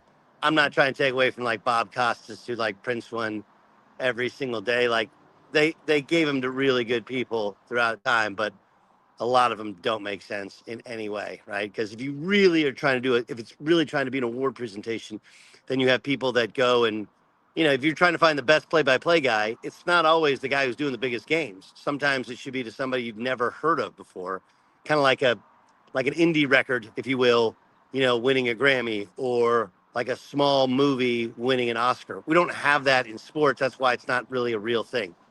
Awards, I don't know. To be totally honest with you, like, I don't think I've achieved anything that's really that worthy of putting up. It's like I have the plaque for leading the country in assists. I don't know where it is. The cool one that I have is a retired number in high school. That's probably my favorite one. But there was a little bit to it. There was about 20 years ago, it was supposed to be retired like 5 years after I was done. And then I had somebody like hit me up for buying the team uniforms. And then they're like, they have to do that. We'll retire your number. I was like, that's not really how it's supposed to work. So yeah, I don't know. I mean, honestly, the trophies that I had up before I moved that I've never really put up were, I had the AAU trophies of teams that I coached because it was so much fun to coach kids. And I had the gold medals from coaching in Israel, but personal stuff, I don't. That's just not really how I'm built. Maybe I need to celebrate the successes better. But I have that first ball win from when I was head coach. The problem with it was I got it when we did the when we beat SIUE. That was our second win, and it was a long time before our third win. So it carries with it some negative connotation. Yeah. Yeah, I mean, that's the big part, right? Is that I feel like a lot of times when people have awards or trophies or things on display, it's conversation starters. It's oh, what's this? Oh, well, let me tell you. Let me tell you about this fantastic story. If you can't, because you go, let me tell you about how this was from a win, and then, X amount of games later, we won another game. Well, okay, that might not be the story you want to tell. So this is a real discussion. I don't know if it fits this, but I really, really I have like the perfect amount of fame, right? Like I'm famous enough to where I can make a call and I can get wherever I want, Indy 500 if not. And I'm famous enough to where at the Indy 500, people are like, Green Bay basketball, great year this year, right? But I'm not so famous that I can't like just be and blend in. I'm a 6-foot white dude. Like I fit in, like I just blend. Yeah, you're not Shaquille O'Neal walking down the street. Yeah. Correct. And I live this very strange life where most sports rooms I walk into, everybody knows your name. And many people have an opinion, maybe of you or of your opinions, right? So, whereas like, hey, I'm Doug. Yeah, I know who you are. Like, oh, okay. What is, it's a lot to unpack. So, yeah, but that tweet was terrible, Doug. which one? Exactly. That's right. my point. Yes, it was. So, Josh, to answer your question, like they are conversation starters, and I think they're more. You should celebrate yourself, celebrate some success, and feel good about it. I don't know, my ego's in check. It's funny you say it because we just had a conversation about like, hey, I really need to finish my office. Like, like I don't have any pictures up in my office outside of pictures of my kids. But I'm like, okay, now we have like some successful pictures, some celebratory pictures. Now we can put them up. But I would say that if I had a personal flaw, it is I don't take time to celebrate successes. I'm always on to the next thing. Do you think that Trevor has a picture of himself making that putt that he looks at every day? He doesn't, but he should. Yeah, he should. Yes, he should. He doesn't, but he should. Yeah, maybe should. Putt. Hell of a putt. Yeah. Inside Wisconsin Sports, Trevor and Josh. DG, Josh was going to bring it up, but let's go there. Have you seen the tarps off thing at the Brewers? And would you participate? Do you know what we're talking about? That guy's taking the shirts off, waving around. So basically, you're stealing Oklahoma State and the misery of the season, where student section took off their shirts and everybody joined one. You guys know, Trevor? You know the history of this, right? No. Sure don't. No. Okay, so tell me what tarps off is. So as the tarps off movement started actually a little while ago this season, still at a St. Louis Cardinals game in St. Louis, where young fans just all started making their way to a specific section, taking their shirts off and turning them into rally towels. And they just kept going and it just kept growing and growing. So it wasn't like they were already there and took it. It was it literally snowballed. It kept growing out. Does this on game day too, where he's constantly taking his shirt off and other people are following him. But apparently it started in Oklahoma State. So Oklahoma State had a miserable football season. My alma mater had a miserable football season this year. And there was a group of students that they went to every game regardless. And they would, like, once a game, they would have, everybody would get into one area of the student section and would take their shirts off and wave their shirts around for, like, I don't know how long it was. Like, Google it. And then people have started to copy it. So imitation is the most sincere form of flattery. That's cool. Would I take my shirt off? Yeah, I don't care. I look good. So I do. I look good. So my question is, Doug, is that let's say I got my first pedicure this hypothetically, week, by the way. I got a pedicure. Oh, okay. Stop the show. Time out. 30 seconds. I got a pedicure. How was that? Honestly, I've also. Have you ever had a pedicure, Trevor? Yeah.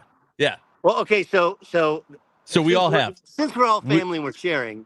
Yeah. I have that terrible. I got that toenail fungus, and I've had it for years, and I've literally like half of my salary has gone to trying to get rid of it, right?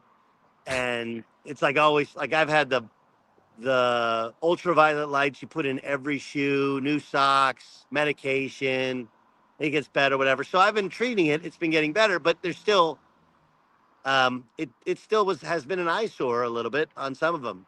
So yeah, I went and got a pedicure, and I'm like, dude, the doc is supposed to go in next week.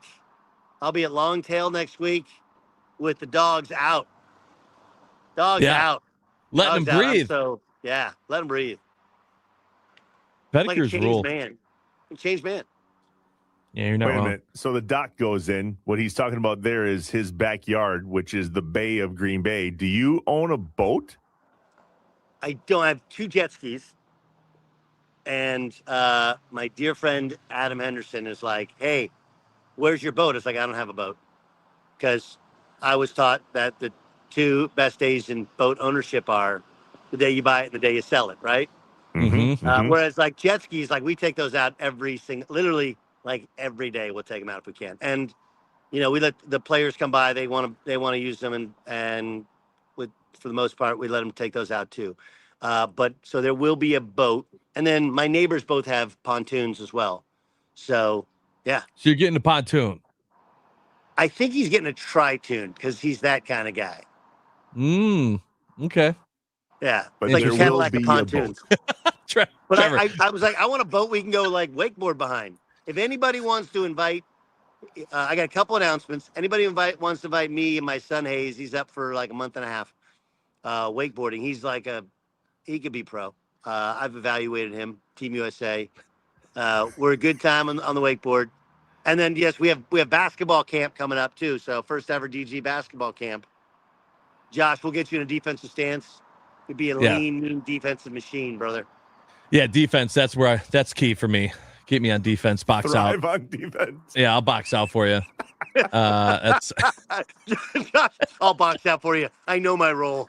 Yeah, that's it. Yeah, you got to know your role, Hey, Josh, man. you want to run? I'm boxing out. Do we want Josh? No. He boxes out, guys. I'm gonna stay right here. You guys play 4-on-5. Come on back. I'm gonna box out more. I'll box out for you this end. Fellas, it's pickleball. DG, anything else basketball wise, buddy? Yeah, are you guys watching the Western Conference Finals? No, I'm not a basketball fan. I don't watch the NBA. Here we go. I was wondering if we were going to get to this, Doug. Screw it. We're going to do it. You got lit up by the talking text line. Lit up.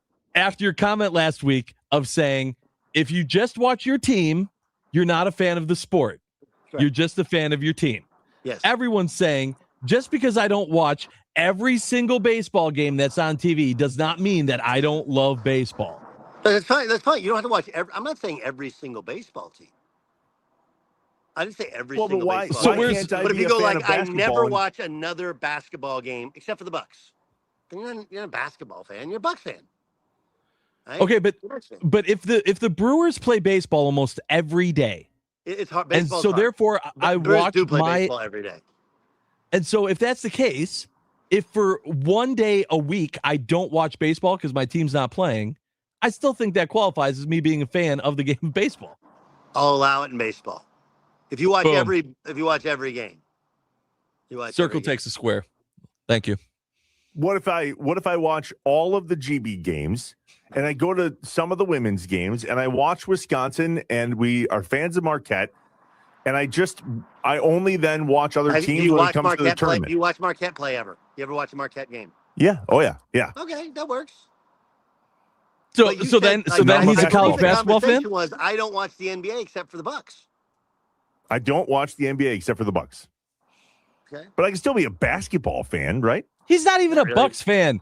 That's not true. Basketball is different. He watches professional basketball because he has to for his job. That's it. Right. So he's not not an NBA fan. He's not a basketball fan. Not an NBA fan. Thank you. That I'll accept. I don't think he minds that. That's not the. I don't know. Right. Can I ask the question? Why do people think it's cool to just bash the NBA? What is that about? Trevor, go ahead. Dude, well, here's the thing: two guys who are listening to the show, or guys who host the show, they're better than you can ever imagine. They're better than you ever were. Better than I ever was, and they're amazing. They're literally amazing. Those guys are amazing. I don't like how. Easy answer. Huh? What? I was going to say, here's my easy answer to what is it about the NBA bashing? In Wisconsin, specifically Wisconsin, it is the least of these. It is Packers, Brewers, mostly college, and then the Bucks. So it's not that we want to bash the NBA. It's just here, it's the least of these. Okay. For yeah, Trevor. Two of the I would say 20 no for the best state of NBA Wisconsin. Think about Wisconsin as two of the 20 best NBA players to ever play basketball. Giannis would probably be top 20 all time, top maybe 15 all time. I think the reality is Giannis is probably closer to top 15 of all time, but maybe because he's foreign, maybe because he doesn't shoot it great, maybe because he only won one finals, like he won't get that praise when he's done, but he's legitimately an all-time great player, right? Like an all-time. I mean, to win the championship and to have a 50-point performance, like, I don't know. There's not. And then and then Kareem was here, right? So to have those two guys, and I agree with you. I think that's a fair one because the truth is that hockey in many ways resonates in many parts of the state more than basketball does, even though there's no pro hockey team. Yep. So that would be fair, but that's not even what I'm talking about. I'm talking about like somehow it's cool to like hate on the NBA. It just is. And some of it, they leave themselves open to it because Bingo. because you take games off, right? They leave themselves open to it because there's more flopping now, it feels like, than there's ever been. Because guys leave teams willy-nilly. They seem to be here, gone. But in college landscape, guys are leaving teams here or there. It doesn't affect people nearly as much, I don't think. Maybe it will It's starting eventually. to, though. It is starting to. The college game is not far behind based on all the things that you're describing. Doug, Right, I want to know. And then like Brad Davison is one of the most popular Badgers ever, and he's just like any of these other guys. That's like, is he playing hard? Is he flopping? What is he doing, or whatever? So there is a little bit of hypocrisy to it. Yeah, that's true. There is. All right, GG. Love you, buddy. Happy Wednesday. Happy New Year. Get home safe wherever. Where are you? None of your business. Okay. Now it's none of my business. Yeah. Tarps off. Every other week. Tarps off. Hangs up. Tarps off. Doug Gottlieb joining us on the Wisconsin Sports Radio Network guest hotline, powered by Gruber Law. One call, that's all. Not in Green Bay. That's where I'm guessing he is. Pleading the fifth. Quick, too.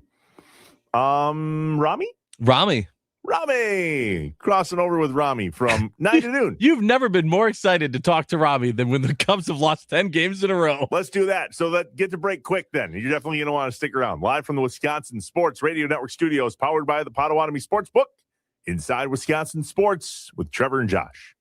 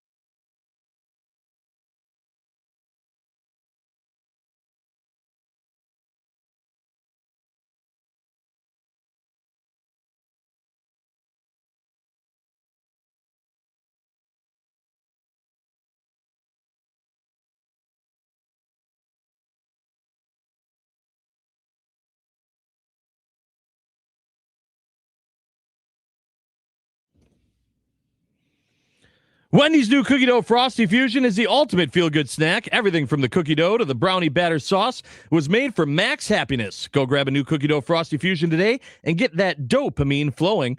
For the ultimate feel-good snack, it's got to be Wendy's. Inside Wisconsin Sports with Trevor and Josh.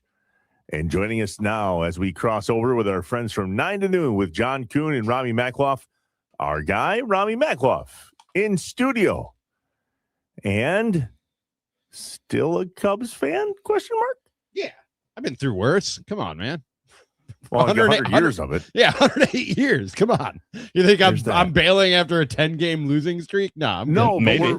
Well, we are curious if you believe that the Cubs will bail on Counsell. That's been the topic of conversation this morning and last night. What is the number, though, Rami? You can't say there's not a number.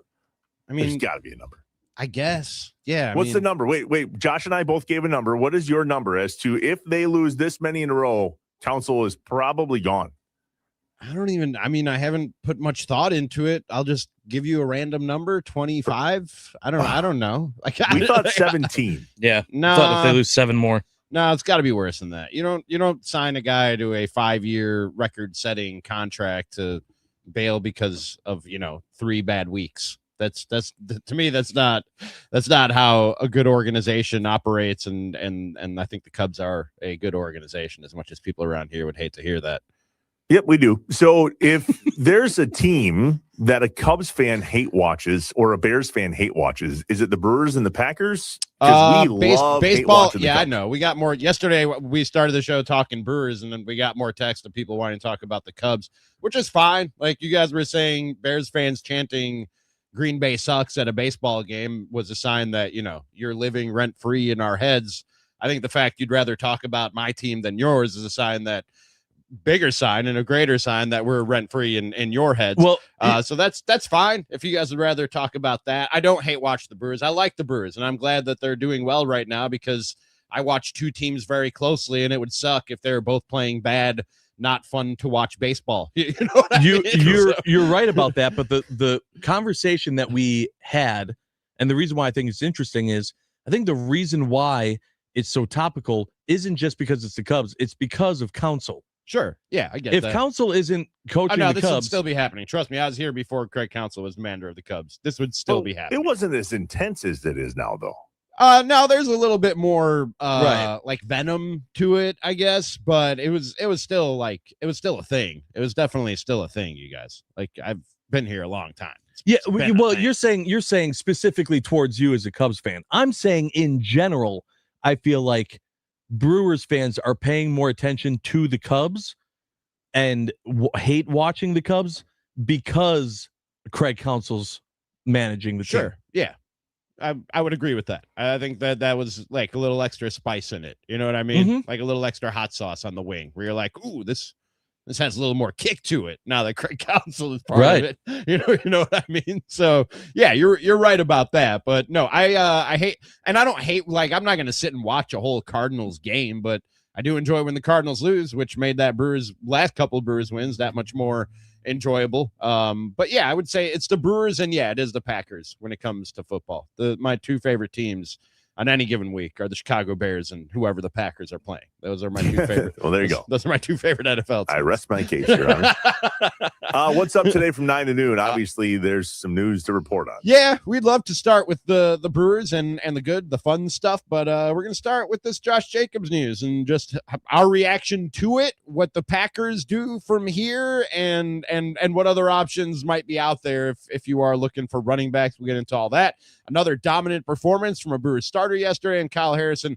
Obviously, we'll talk about that as well. The Uribe crotch chop, which I loved because, again, it was the Cardinals on the other side of it. That warrants discussion and much, much more. Dip into the NBA Western Conference Finals a little bit as that series goes to 6. So lots to discuss here. Short show as we make way for Tommy and the leadoff show at about 11:30.